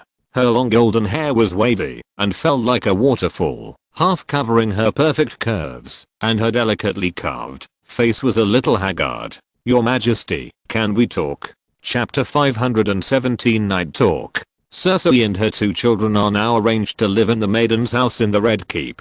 This is a long slate-top fortress located inside the Red Keep, behind the royal sepulchre. It is famous for Baelor, the Blessed King. In order to eliminate carnal desires and serve the gods wholeheartedly, Saint Baelor imprisoned his 3 sisters and wives here. The Maiden's house was also called the Beauty's house at the time. Viserys and Cersei walked into the room where the golden-haired queen's 2 children, Joffrey and Myrcella, were at the moment. The once glorious queen, prince, and princess of the Baratheon dynasty can only live here now, and there are not even servants to serve them. Although the former Prince Joffrey was not very old, he used to be domineering in the Red Keep. Relying on his father's neglect of discipline and his mother's indulgence, he bullied servants and humiliated maids at will.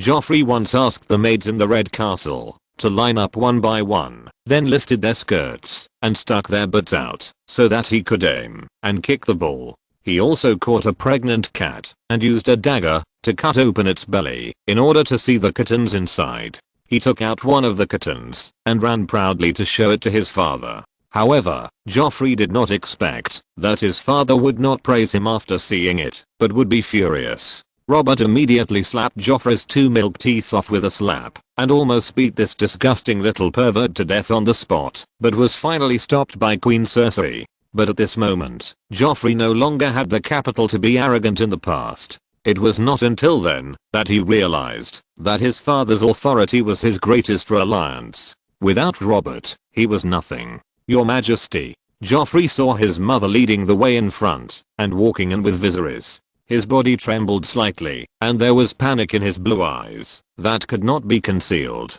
He quickly jumped off the bed.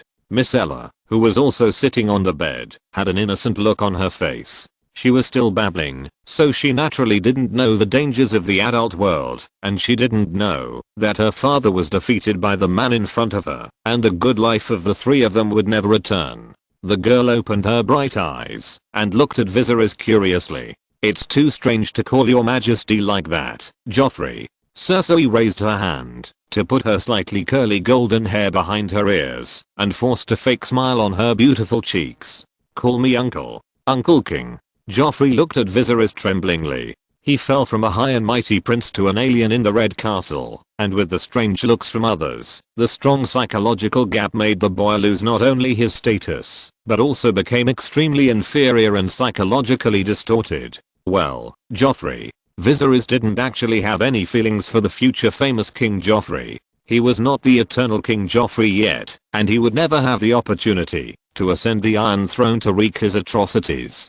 Viserys would not lay a hand on a little boy. However, he tolerated Cersei's pretending to be intimate. He just patted Joffrey's shoulder, nodded, and greeted him in a lukewarm voice. Okay, Joffrey. Take Myrcella to another room to play. I have something to discuss with my uncle.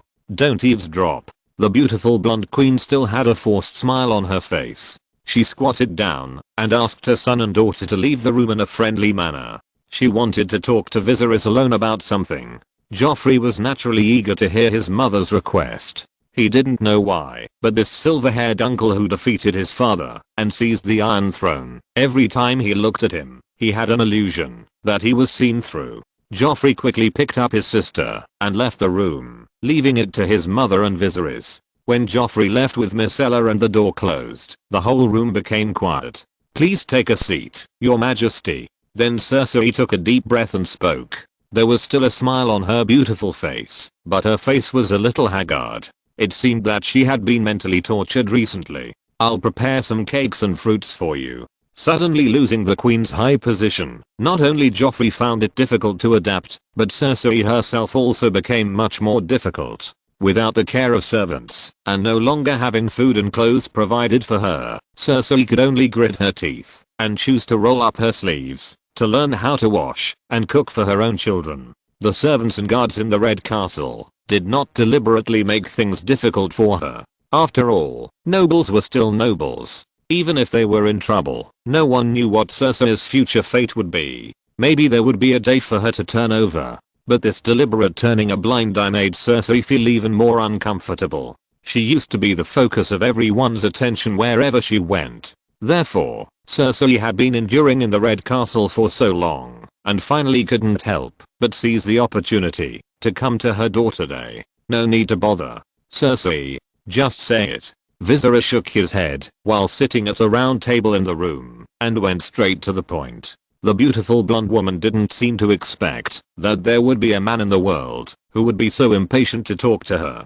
Therefore, Cersei was a little unprepared and could only hastily pull down her collar, then take a deep breath and look at Viserys and say, "I want to ask you to pardon the crimes of Jaime, Joffrey and Myrcella. This is also the condition for me to offer King's Landing, and Her Highness Rhaenys has agreed to it." The silver-haired young man sat directly opposite Cersei.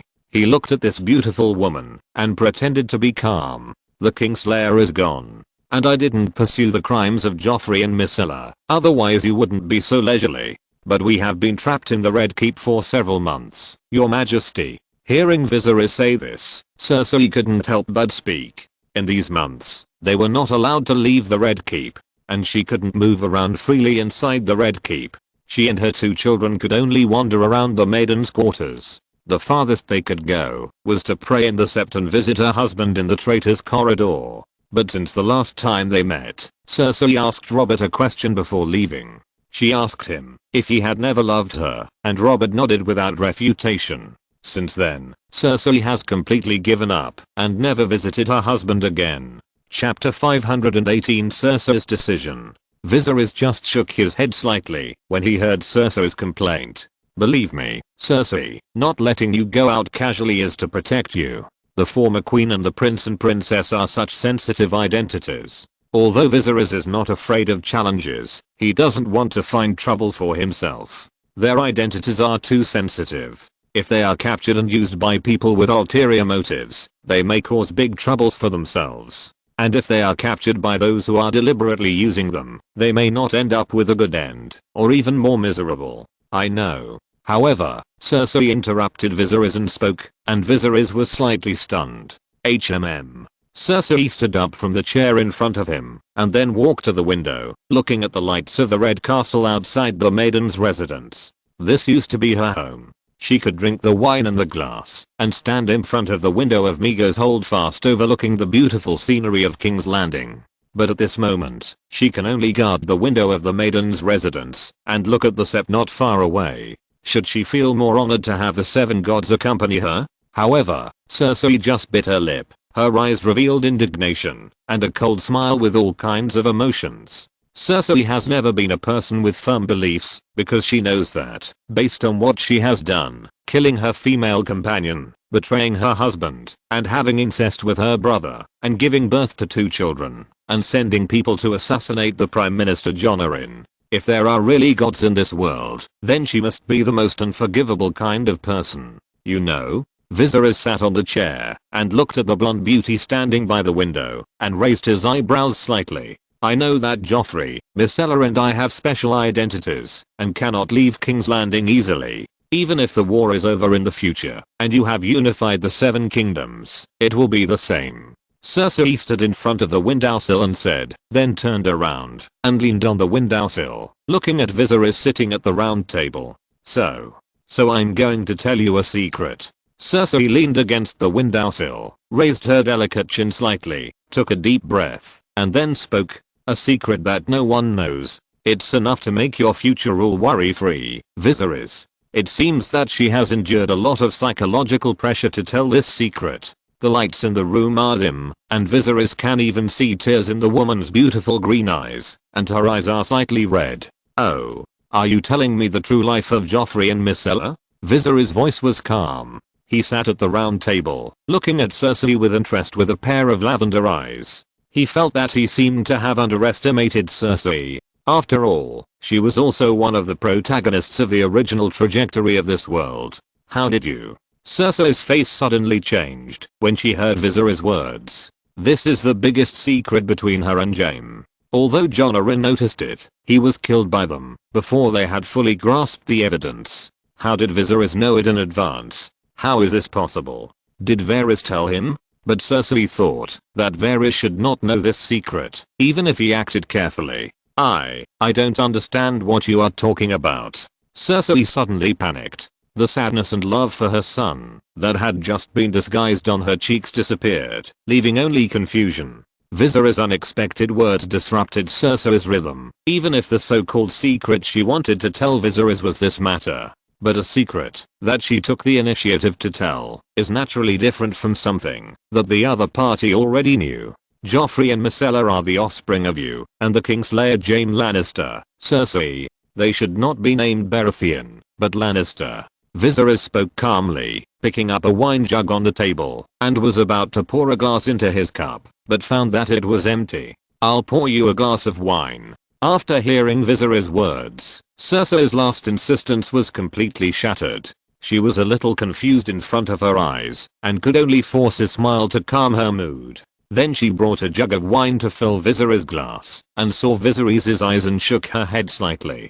Don't worry, I won't poison you. You can't poison me. The silver-haired young man shook his head, then drank the wine in the glass, and then spoke. You want to use this secret to exchange for the safety of Joffrey and Myrcella? After absorbing the power of the three-eyed raven and the old gods, his mental strength jumped to 39 in one step, just one step away from completely getting rid of the mortal world, and his physical fitness was also above 20. The poison in this world has long been ineffective for him. Cersei nodded hurriedly after hearing this. Her original intention was to seduce the other party with her body tonight, because she knew that tears were not the only weapon of women. There was also another one between her legs. When she conquered Viserys with her body, and then told him this secret alone, she could exchange for the safety of Joffrey and Myrcella. After all, their surnames were Lannister, not Baratheon, but they didn't expect Viserys to have known this secret for a long time. Then you should also know, Cersei, if the secret is made public, your reputation will never be restored. After drinking a glass of wine, Viserys looked at Cersei's face seriously and said, a mother is strong. It is indeed very rare for Cersei to do this to protect her two children. Although there have been some rumors about the Lannister siblings before, they have not been confirmed. Without solid evidence, no one dares to take it as true. However, this time Cersei took the initiative to admit that Joffrey and Myrcella are her and Jaime Lannister's children. This is almost confirmed, and there is no possibility of reversal. Cersei may be nailed to the pillar of shame for the rest of her life. Can I have a drink with you? However, Cersei just shook her head after hearing this, and then sat very close to Viserys, and could even smell the faint fragrance on her body. Then she lifted her white left leg, and pressed it on her right leg, poured herself a glass, and her cheeks were slightly red. You can announce my crimes at a public trial, prove the true identities of Joffrey and Myrcella, and eliminate all possible threats to the Iron Throne. It's a win-win situation, isn't it? Cersei twitched her nose slightly. She sat next to Viserys, and grabbed his hand, lifted her skirt, and put it between her legs, feeling the wetness. Yes. Viserys looked at Cersei and nodded. It's indeed a win-win situation. And I believe you will also pardon my crimes at the trial. For you and her Royal Highness. Chapter 519 The Second War of Conquest. Year 294 of the Aegon calendar. Year 2 of the new calendar. Since the day Viserys was crowned on the Iron Throne, the calendar changed from the Aegon calendar to the new calendar year. Now is the second year of the new calendar. After less than half a year of recuperation, the Targaryen army has cleared away its fatigue and set out on the journey with renewed spirit. However, the nobles of the Westerlands, the Vale, the Riverlands and the Stormlands, who represent the traditional noble forces of the Seven Kingdoms, will naturally not surrender. They will not willingly give up their power and let others slaughter them. They called on the people in the territory to join the army, and publicized Viserys' so-called atrocities, almost portraying him as the second Mad King, making the people in these places panic. Indeed, in the eyes of these nobles, Viserys is more crazy than his father. After all, the Mad King only burned a few people for fun, while Viserys wanted to burn the rules and systems that Westeros had maintained for thousands of years. How could such a person not be a tyrant? So the name of Tyrant Viserys I spread to other regions, except the Riverlands and King's Landing. The people of King's Landing and the Riverlands may have heard of such a name, but they sneered, because they didn't know whether His Majesty was a tyrant. But many of the coalition soldiers who surrendered after the Battle of Riverrun later made meritorious deeds, and actually got their own land, which was obvious to all. Instead of just renting the land of the Lord for free, many soldiers were even canonized as knights, and with their own land, they could give their broken thatched houses a resounding name, and then jokingly call themselves Lord of 2 acres of land. These changes that have never happened since ancient times were seen by all the villagers. Therefore, although they have never seen Viserys, and don't know whether he is a tyrant, at least he gave people hope, and land is the hope of ordinary people. However, in areas other than the Riverlands and King's Landing, it is absolutely forbidden to talk about Viserys' achievements. They are still promoting the name of the tyrant. Any voice promoting Viserys will be arrested.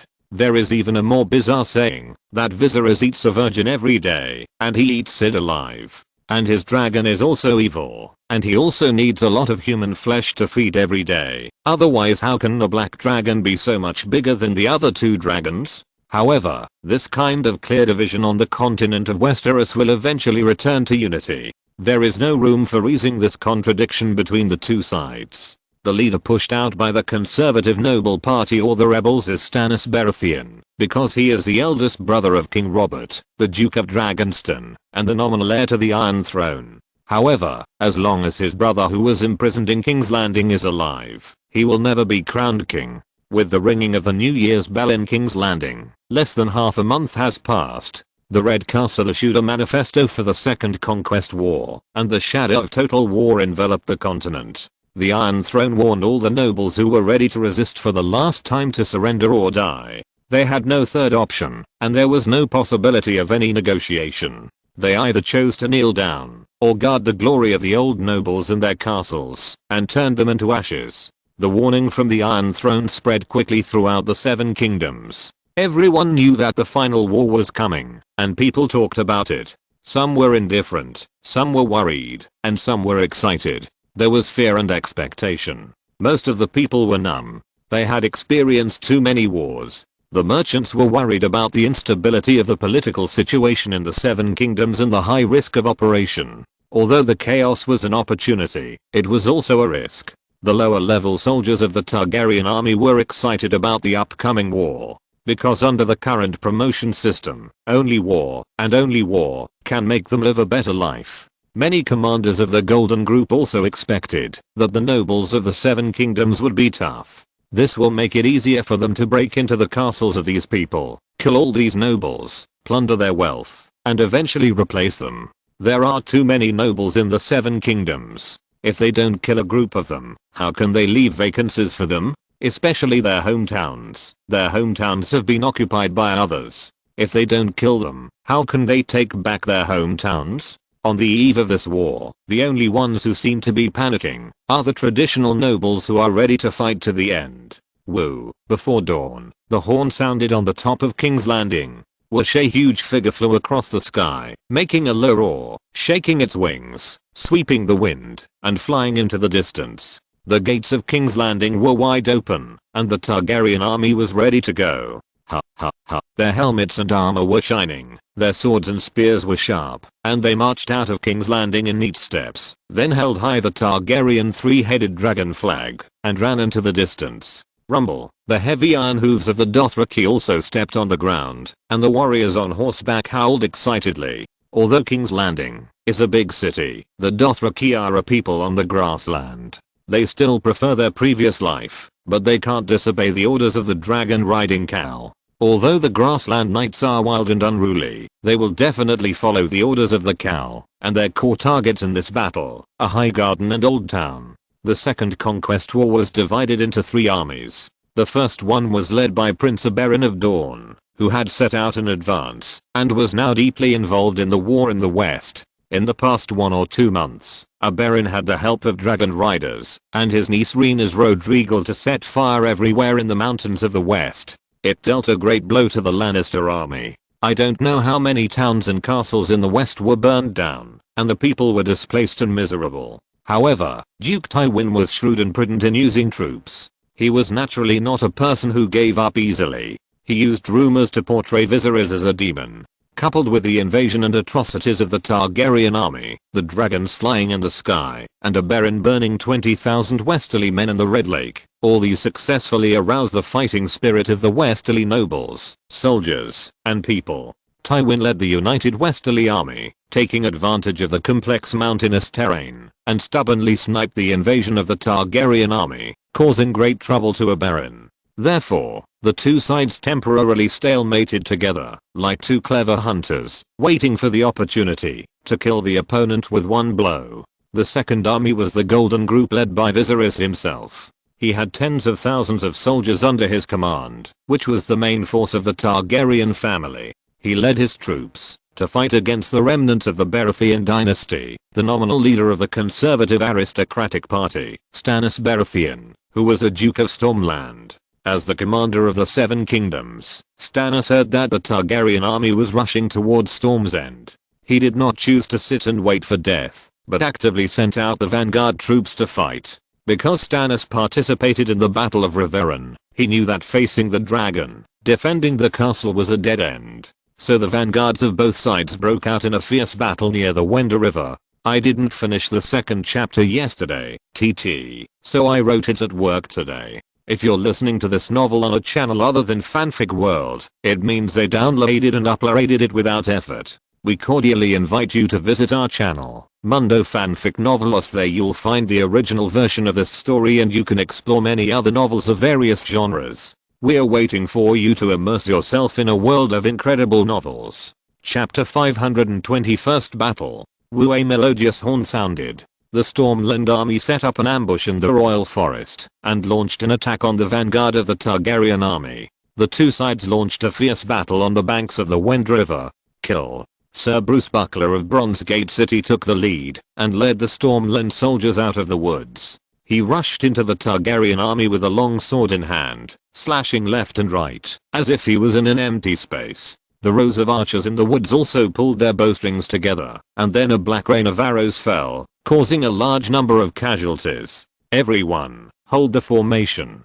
Don't panic. The commander of the Targaryen vanguard was Sir Ben Berine, who also did not neglect it. He was wearing the heavy golden plate armor of the Golden Corps, riding on a tall horse, with a scruffy beard on his face and a pair of sharp eyes. He was not panicked in the face of the sudden attack. He drew the long sword at his waist and loudly commanded his subordinates to stabilize the formation first, and then wait for an opportunity to counterattack. Kill. Clang clang clang. There were sounds of metal collision everywhere, arrows fell on shields, and shouts of killing from all directions shook the earth. At this time, a soldier from the Stormlands rushed towards Sir Ben Berine. He heard the other party giving orders, and knew that this was a commander of the Targaryen army. However, he underestimated the other party. Ben Berine was originally a mercenary of the Golden Group. His ancestors were a knight family in Westeros, but later they were forced to flee their hometown because of the Blackfire Rebellion. Ben Berine was canonized as a knight for his meritorious performance in the First Conquest War. Puff, facing the fierce enemy, he chopped the other party with a sword. This was the first battle since the full-scale war of the Second Conquest War, and the Targaryen army and the Stormlands army met for the first time. Outside the battlefield, as the leader of Stormlands and even the entire conservative noble camp, if his brother and nephew who were kings had not died, Stannis could have been crowned king in Stormlands now. This way, he could more legitimately resist the Iron Throne, instead of being called a rebel as he is now. Stannis, wearing a cloak and riding a tall black horse, stood on a hill not far away, overlooking the entire battlefield. "Davos, do you think we will win this battle?" His face was calm, and then he asked abruptly. As Stannis' most trusted staff, Onion Knight Davos Seaworth has always been the object of his consultation. He also rode a warhorse and followed Stannis. But this time, Davos was slightly stunned when he heard Stannis' question, and then turned his head and looked at him in disbelief. "Of course. Lord Stannis, you." All the soldiers in Stormlands, including the Onion Knight, many of them were full of confidence in this war. The reason is that, apart from the Onion Knight, most people have not experienced the war between humans and the White Walkers, as well as the Dragon Flames and the Iron Hoofs of the Dothraki. People outside King's Landing and the Crownland are more willing to believe in the Lord above their heads than to let them believe in a prince who left the Red Castle at the age of 7 and exiled to the continent of Essos. This is also one of the shortcomings of the political situation in the Seven Kingdoms before. They only know the noble lords above their heads, and don't even know which king rules the Seven Kingdoms. In particular, there are many barbarians in the Targaryen army. For ordinary people and soldiers in the Stormlands, the Dothraki are even just a legend. They firmly believe that Viserys is a tyrant and they are the righteous party. The Onion Knight's confidence comes from his loyalty and his admiration for Stannis. Now when he heard Stannis ask this, he suddenly panicked. Because he heard a lack of confidence in Stannis' words, he knew too much about the lord he swore allegiance to. When a commander is not confident in himself, this battle, nothing. "Davos, I just asked casually." However, Stannis did not listen to Davos's answer. He interrupted what the other party wanted to say, with a calm face and no emotion. Then he turned his horse's head and went down the hill, telling the messenger beside him to prepare to withdraw. The Onion Knight saw Stannis leaving, looked at his back, and turned his head to look at the battlefield not far ahead.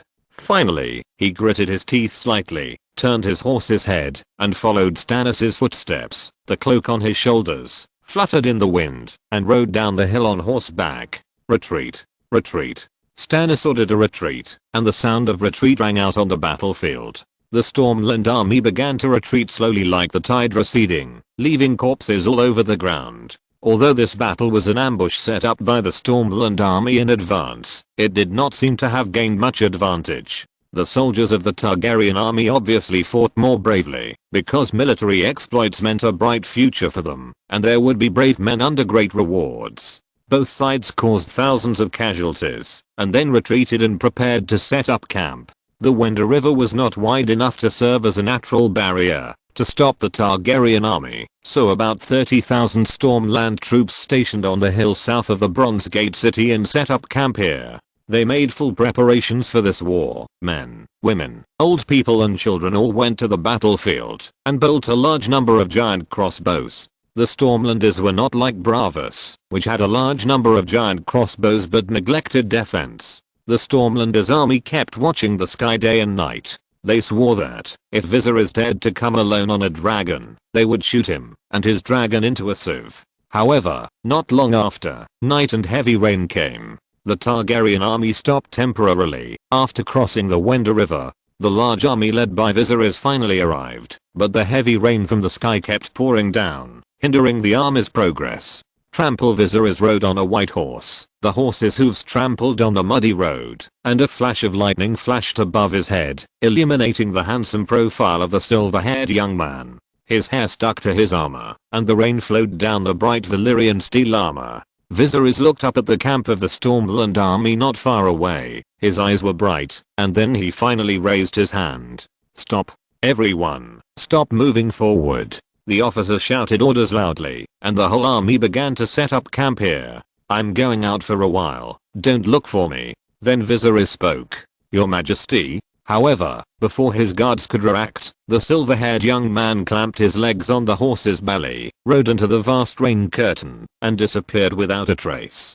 Chapter 521 Dark Sisters. Viserys rode out of the camp and disappeared in the rain. Naturally, someone took care of the next military affairs for him. Mise Toyne, the commander of the Golden Company, became the acting commander, and Balerion did not follow Viserys out. He quietly chose a relatively flat place to lie down, sleep peacefully, and wait for tomorrow's battle. Woo, woo, woo, and the heavy rain was still pouring down on his head. After Viserys left the camp on his warhorse, he did not go too far. He came to the upper reaches of the Wenda River, deep in the dense forest. The horse's hooves stepped on the muddy ground under his feet, and Viserys' beautiful white warhorse became dirty because of it. The silver-haired knight did not care, but continued to walk deep into the king's forest. We're there. Then he finally stopped at a place. Viserys held the saddle ring in his hand, then turned over, and got off the horse, and stepped on the muddy ground. It should be here. Viserys' pair of lavender eyes looked around the surrounding environment, and then determined the direction. According to the memory absorbed from the three-eyed raven, his sword Dark Sister was finally lost here.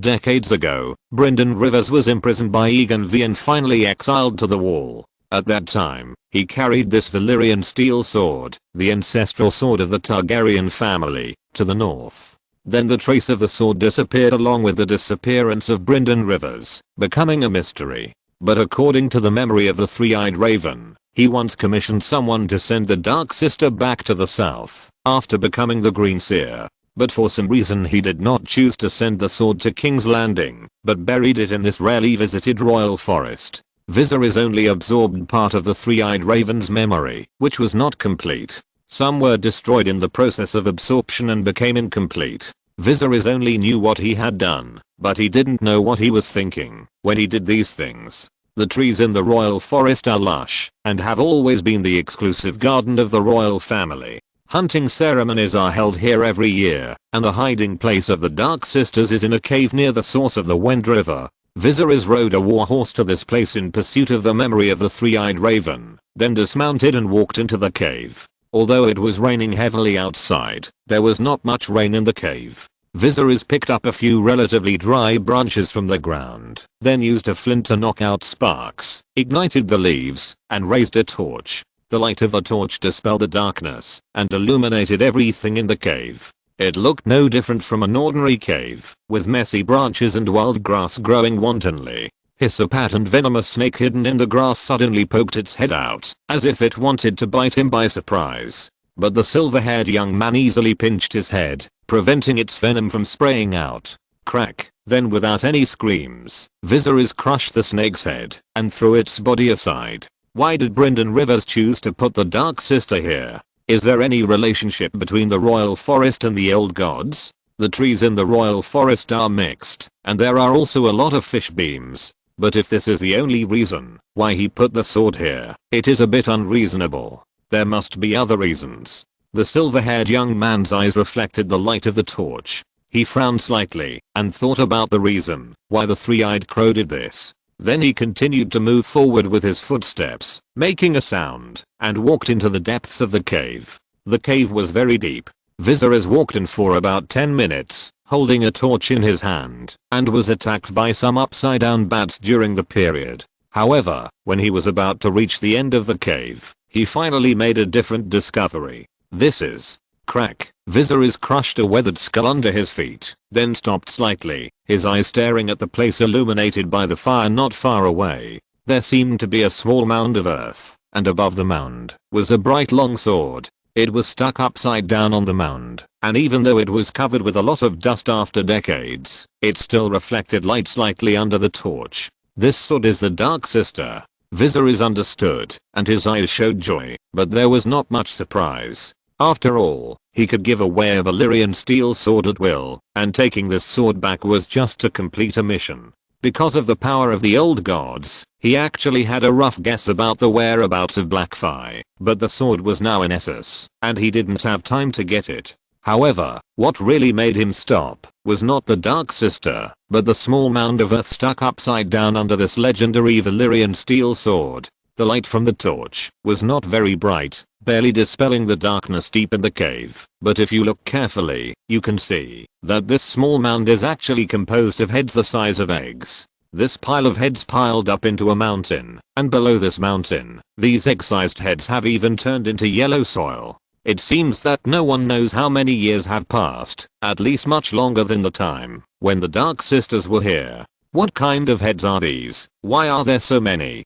Viserys looked at the pile of heads, and he was alone in the gloomy cave, and even felt a creepy feeling. Put yourself in his shoes. Anyone who came to the cave alone in the middle of the night and saw such a pile of heads would be unable to help but feel numb. At this moment, some noises suddenly came from behind Viserys. Fluttering, the silver-haired young man turned his head with a torch in his hand, and then he saw that it was actually a group of crows. They seemed to fly in to avoid the heavy rain outside the cave. However, the crows let out a shrill cry, ignoring Viserys who was close at hand, and then pounced on the Dark Sisters like crazy, ramming their heads into the sharp blades one by one. Puff puff puff. This was an extremely bloody scene. The crows went crazy and rammed into the Valyrian steel sword, and then their heads were cut off by the blade. Bang bang bang. The headless corpse flew a few meters away by instinct and hit the stone wall at the end of the cave not far away, and then fell into the pool below the stone wall.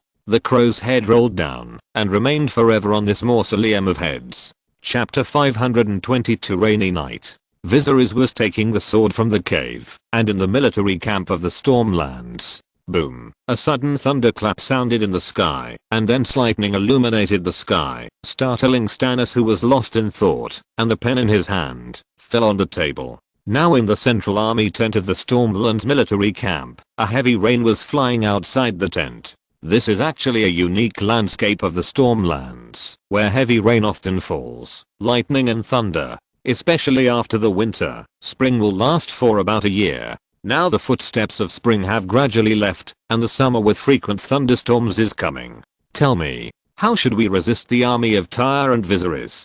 The lights in the tent were bright. Stannis was startled by the thunder outside, calmed his mind a little, took a deep breath, then held the table with his hands and looked around, and asked. At this moment, the long conference table was surrounded by armored generals of the Stormlands. Most of them were Stormland nobles who were loyal to the Baratheon family. After Renly's death, some of the nobles turned away in disgrace of his behavior, while some of them also joined Stannis. After all, compared to Stannis the Kinslayer, Viserys the Tyrant was obviously more famous. They were afraid that Viserys would deprive them of their power and fiefdoms after conquering the Stormland, so they united under Stannis to resist their common enemy. Viserys has committed atrocities and is deemed to not receive the support of the Lords of the Seven Kingdoms. But we may not be able to win the war alone. After all, the Tyrant has the support of the Golden Company and the Dothraki. The person who spoke was a knight wearing the emblem of the Wilder family. Humph, relying on foreigners and traitors of the Blackfire Rebellion, Viserys is really a good king. Another knight in the tent snorted coldly and spoke with a hint of sarcasm. His words were nodded in agreement by the other Stormland nobles in the tent. The other knight wearing the coat of arms of the Dondarrion family did not continue the topic. He frowned and said, while looking at the map on the table, "My lords, I heard that the reinforcement of the Hightower family cooperated with the army of the Tyrell family in Highgarden to defeat the Dornish army. The Dornish army had besieged Highgarden since the breakthrough of the border, but failed to capture the Garden Castle for a long time. Highgarden tore off its beautiful side and stubbornly resisted the attack of the Dornish army. In the end, with the reinforcement of the Hightower family, it temporarily repelled the Dornish army. Can we ask for help from the Tyrell family?" Sir Beric Dondarrion of Black Harbor asked. The messy central army tent was slightly quiet for a second, and then all kinds of messy voices sounded, and many nobles in the Stormland expressed their opinions. It shouldn't be possible. The Tyrells are too busy to take care of themselves. After all, the damned Dornish barbarians haven't retreated yet. King's Landing. The tyrant has left his capital. Perhaps we can ask our allies to take this opportunity to attack King's Landing. That Dornish bitch of Viserys gave him a daughter, and the other dragon bitch is not in King's Landing. She seems to have gone to the westerly to set fire. If we can take this opportunity to break through King's Landing and capture his wife and children, we won't be afraid even of dragons. Sir Bruce Buckler of Bronzegate City, who had charged in the front during the day, expressed his opinion. He looked at the map in front of him, and he felt that he seemed to have become the commander who controlled the overall situation. He proposed that the Tyrells could be asked to send troops to attack King's Landing, which would not only contain the Targaryen army, but also disperse the pressure of the Stormland army. However, his words were opposed by Elliston Selmy of Harvest Hall. The young knight sneered and spoke. "A dragon can fly from Storm's End to King's Landing in a day, said Bruce. And when you say that, have you ever thought about the fact that Lord Stannis' family is in the hands of the enemy? Lady Florent and the little girl Shireen are still under house arrest in King's Landing, but the tyrant did not use this to threaten Stannis to surrender." There was a lot of noise in the tent, but Stannis frowned and said nothing. As Stannis' most trusted staff, Onion Knight Davos did not speak either. He frowned and looked at the map, as if he was also thinking about countermeasures. "Davos." At this time, Stannis suddenly spoke. "My lord?" Davos came back to his senses and raised his head. It turned out that Stannis was a little worried about the safety of the camp, because there were not many nobles and knights in the Stormland army who had fought with Viserys. Except for the Earl of Duskfall Hall who died on the battlefield of the Green Fork, there were only Stannis and Davos. The rest of the people didn't know much about Viserys and his dragon. Although it was a rainy night, Stannis was still worried that Viserys would attack the camp at night. After all, this is a person who is difficult to understand with common sense, Stannis thought. But he was not worried about his wife and daughter who were under house arrest in King's Landing, because his brother had not been beheaded yet, and Joffrey and Cersei could still live in the Red Keep, which showed that Viserys was not a cruel person, at least not his family. But Viserys' failure to execute Robert quickly also brought some obstacles to Stannis, making it impossible for him to be crowned so legitimately. If he was crowned king, Stannis would have more confidence to fight against Viserys, and his appeal would be more extensive and legitimate. Stannis has been thinking about the coronation for a long time recently, but Davos has been trying to dissuade him. The Onion Knight believes that Stannis' hasty coronation will ruin the last bit of Passaby popularity. "Perhaps we can be crowned in the barracks on the eve of the war." Stannis' face was solemn, but he was slightly moved in his heart. However, the war should be the main thing for now, otherwise, even if he loses the war, he will be a short-lived king, even if he is crowned. The Onion Knight naturally didn't know what Stannis was thinking. He turned around and left the barracks after receiving the order. At this time, he ran into a soldier who was about to open the tent and walk in. "Lord Davos." The two met, nodded and greeted each other, and then left. However, after Davos walked out a few steps, the more he thought about it, the more he felt that the soldier looked a little familiar, and then he couldn't help turning his head and looking behind him. Who does he look like? It seems a bit like Donald Swan, the staff member beside Renly. But when he turned around, the other party had disappeared without a trace. Chapter 523 The battle begins. The next morning, after a night of heavy rain, the road from the Wend River to the Bronze Gate City was full of mud. The Stormland army was stationed on the hill south of the Bronze Gate City, with flags representing various families flying one after another, among which was the crowned stag flag of the Baratheon family. All stand in a row. The spearmen are in front. The Stormland army occupied the high ground and gradually formed a formation, overlooking the Targaryen army below. The knights of the Targaryen army also rode out of the camp on war horses. Compared with the countless flags representing various families in the Stormland army, the flags of the Targaryen army were relatively simple. The atmosphere of various nobles and families was diluted in the Targaryen army, because all military power belonged to the country and the royal family. The knights of each family only played the role of wartime commanders in the army, and all soldiers swore allegiance to the entire country, not a specific noble. Even if a new soldier comes from the Riverlands, he does not pledge allegiance to the local lord, but directly swears allegiance to the king. Therefore, the flag of the Golden Group, which is also the 4th Legion of the Kingdom, is a light yellow flag with the symbol of a 3-headed dragon on the top and the symbol of a golden skull on the bottom. Line up. Line up. The endless Targaryen army soldiers came out of the camp, and the knights in the army rode their war horses and loudly commanded the soldiers to line up. Line up in a column. Everyone, move quickly. The heavy rain last night made the entire battlefield muddy. The soldiers held weapons and shields in their hands, stepped deep and shallow on the muddy land to form a formation. Although the heavy rain last night has stopped, the drizzle above their heads seems to never stop.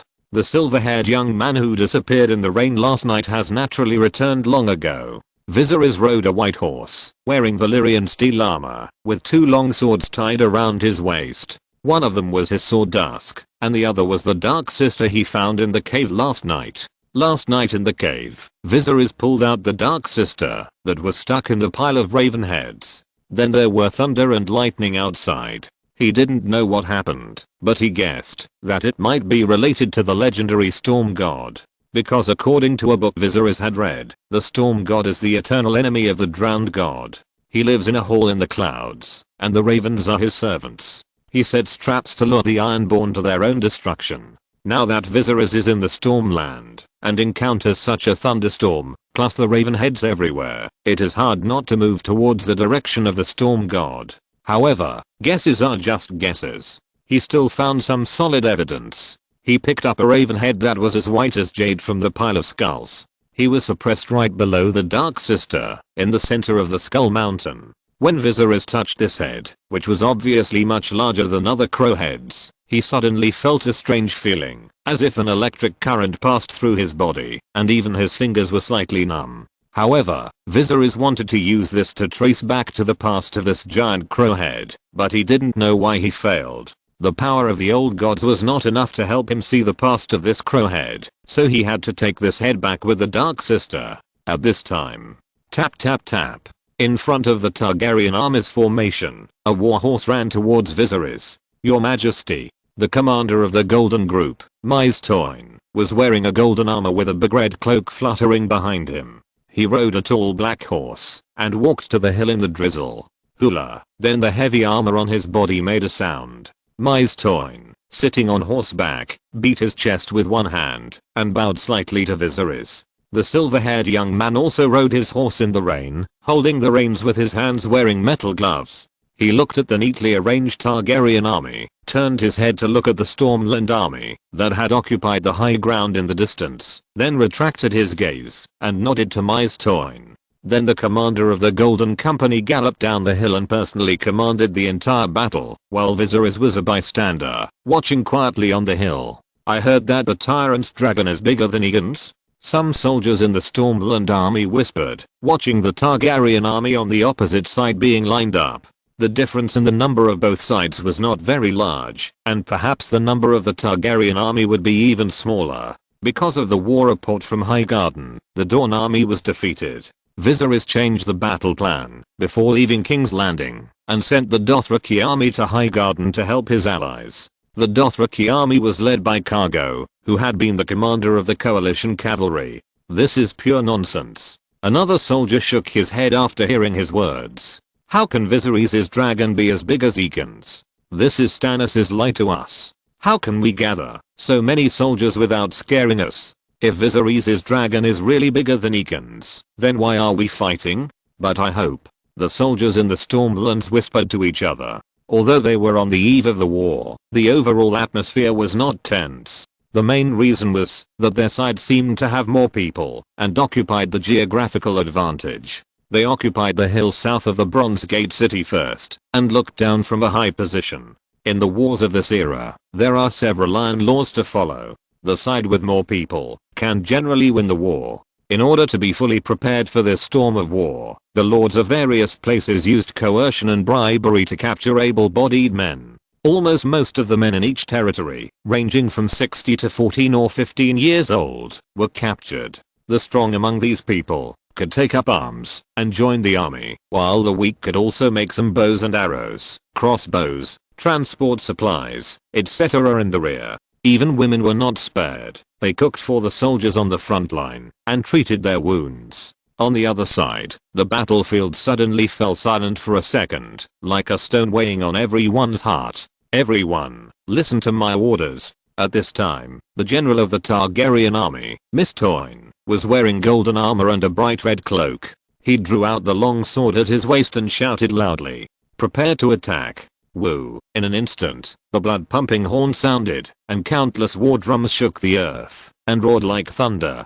Kill all. Him. Chapter 524 The Last Storm. The sky was still a little grey in the early morning, and the drizzle was still falling on the battlefield, where the two armies were facing each other. Woo! The melodious sound of the horn suddenly rang out from the Targaryen army, and soon resounded throughout the world. As the commander of the entire army, Mise Toyne was very confident in his soldiers, so he directly ordered the entire army to attack. Under his command, the endless Targaryen army finally began to move. The neatly arranged formation just now was like a piece of motionless stone, firm and solemn, but now with the commander's order, the entire army suddenly turned into flowing water, like the tide of the sea, rushing towards the Stormland army located on the high slope of the southern slope of the Bronze Gate city. Spearmen are on the periphery, shield wall ready.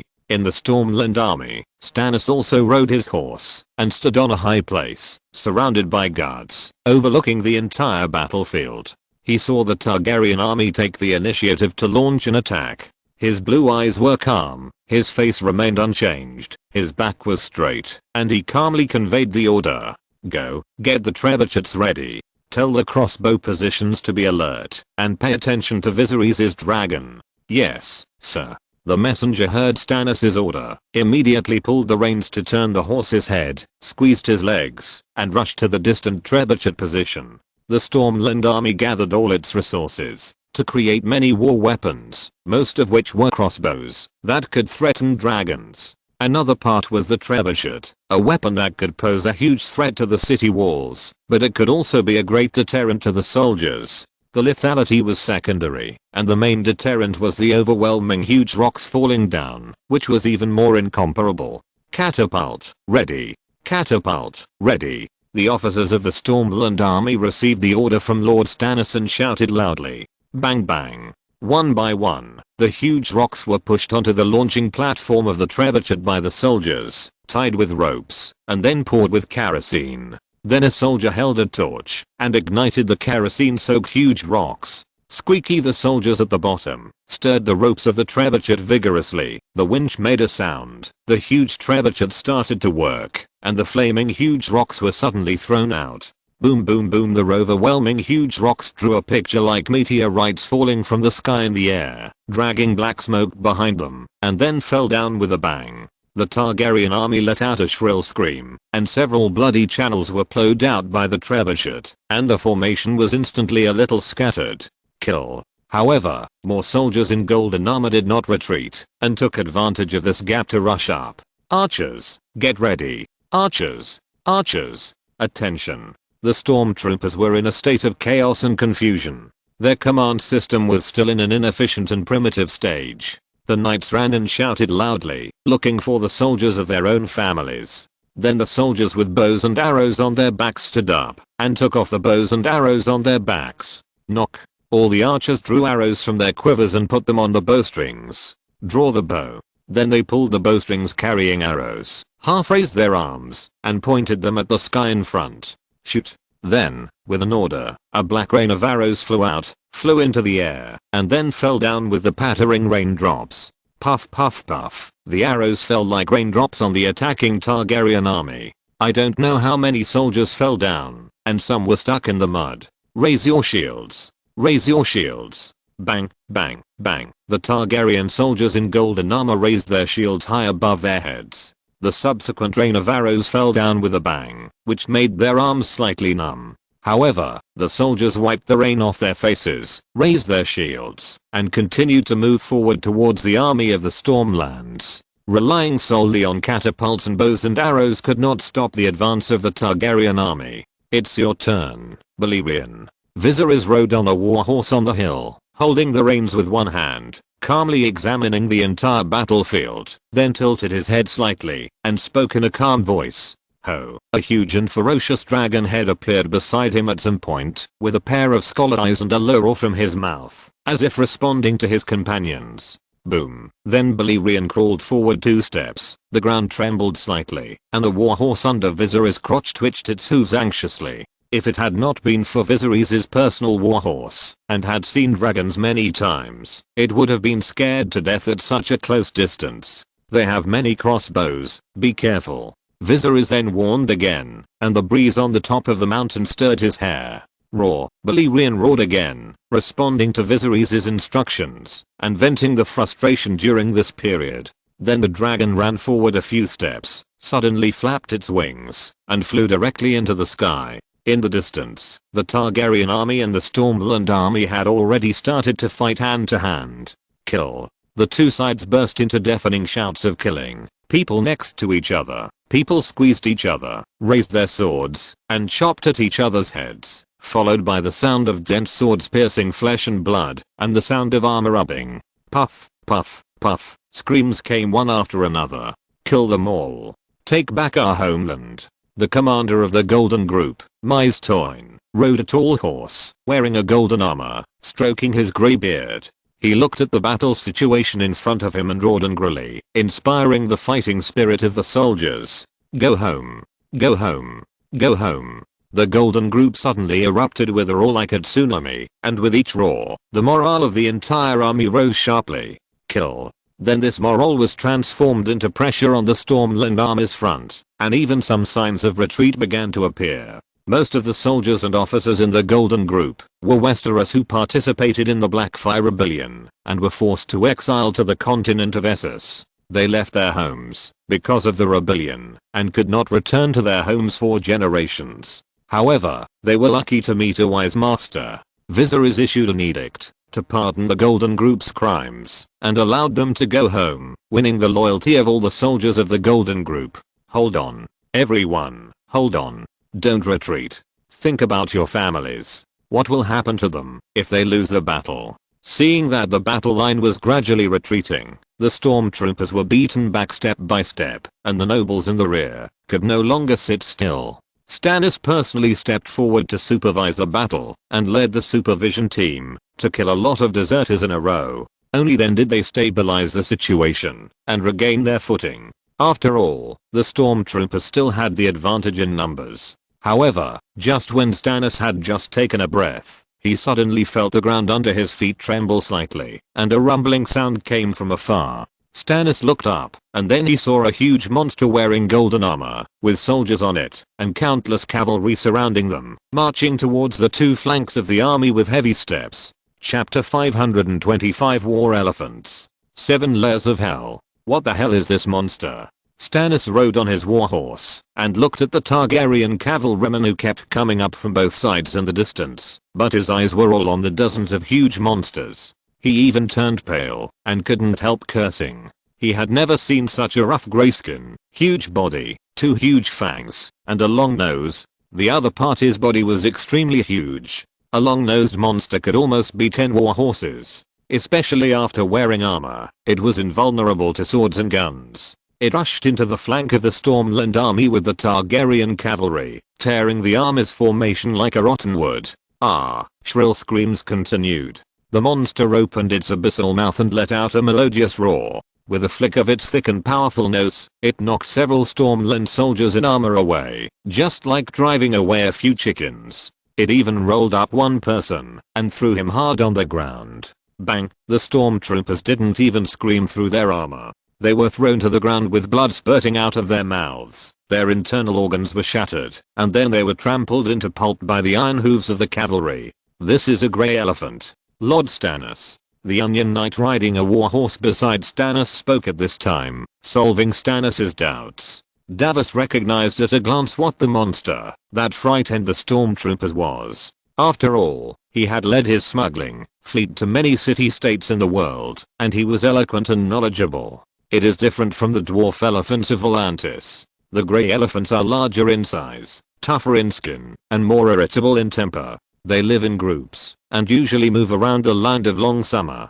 Davos spoke quickly. Volantis also has a war elephant unit. They? Okay, stop talking nonsense now, Davos. Is there any way to deal with them? The war entered a white-hot state. Stannis' face was no longer calm and composed. His brows were furrowed, and his voice became anxious unconsciously. The infantry of the two armies just engaged in a head-on battle, and then the front line retreated a few steps, but the overall situation was acceptable. However, the cavalry and war elephant units of the Targaryen family rushed in from the flank and completely disrupted the rhythm of the Stormland army's resistance to the attack. Facing this behemoth that they had never seen before, the soldiers were frightened to death. They dropped their weapons and turned around and ran away. Even the number of people who were killed by elephants was less than the number of people who escaped. The Stormland army's front line became shaken again, and even had a tendency to retreat. Of course, Stannis could not sit still. How to deal with war elephants. Hearing Lord Stannis' words, Davos took a deep breath and his brain began to work rapidly. This is really difficult for the Onion Knight. You have to know that Davos Seaworth doesn't even know two big characters, let alone read any so-called military books and strategies. He was originally just the head of a smuggling fleet. He was experienced, knowledgeable, eloquent, and agile. But neither fighting nor war was his strong point. How to deal with war elephants? Davos racked his brains and thought carefully, but unexpectedly, he really thought of something. When he was smuggling a batch of goods, there were several grey elephant tusks. He talked to the mercenary who sold these goods. The other party mentioned that the ivory of dwarf elephants was more valuable than that of grey elephants because of their fine texture. And they hunted these grey elephants by first using some big trumpets and war drums and horns to make a loud noise to disturb the elephants, scaring the grey elephants to flee, and then took the opportunity to ride a war horse and hunt one of the grey elephants. My lord, I thought of a way. Then Davos organized his words and told Stannis the story he had heard.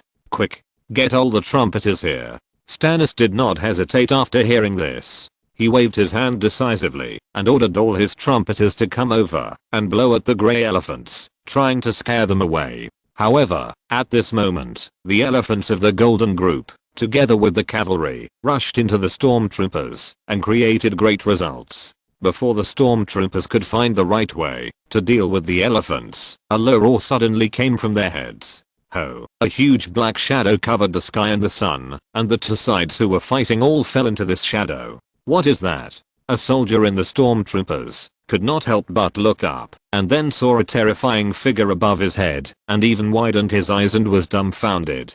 Dragon, is this a dragon? Then the figure of the dragon passed over their heads, but this panic was spreading rapidly. Hey, the dragon of the tyrant you just mentioned is not as big as Egan's, but this. The stormtroopers, who were in the midst of a fierce battle, were in chaos, with people shouting and horses neighing, as if they were frightened by the size of the dragon that had just appeared. However, behind the stormtroopers, on the battlefield, where countless giant crossbows were densely arranged, they had been waiting for too long.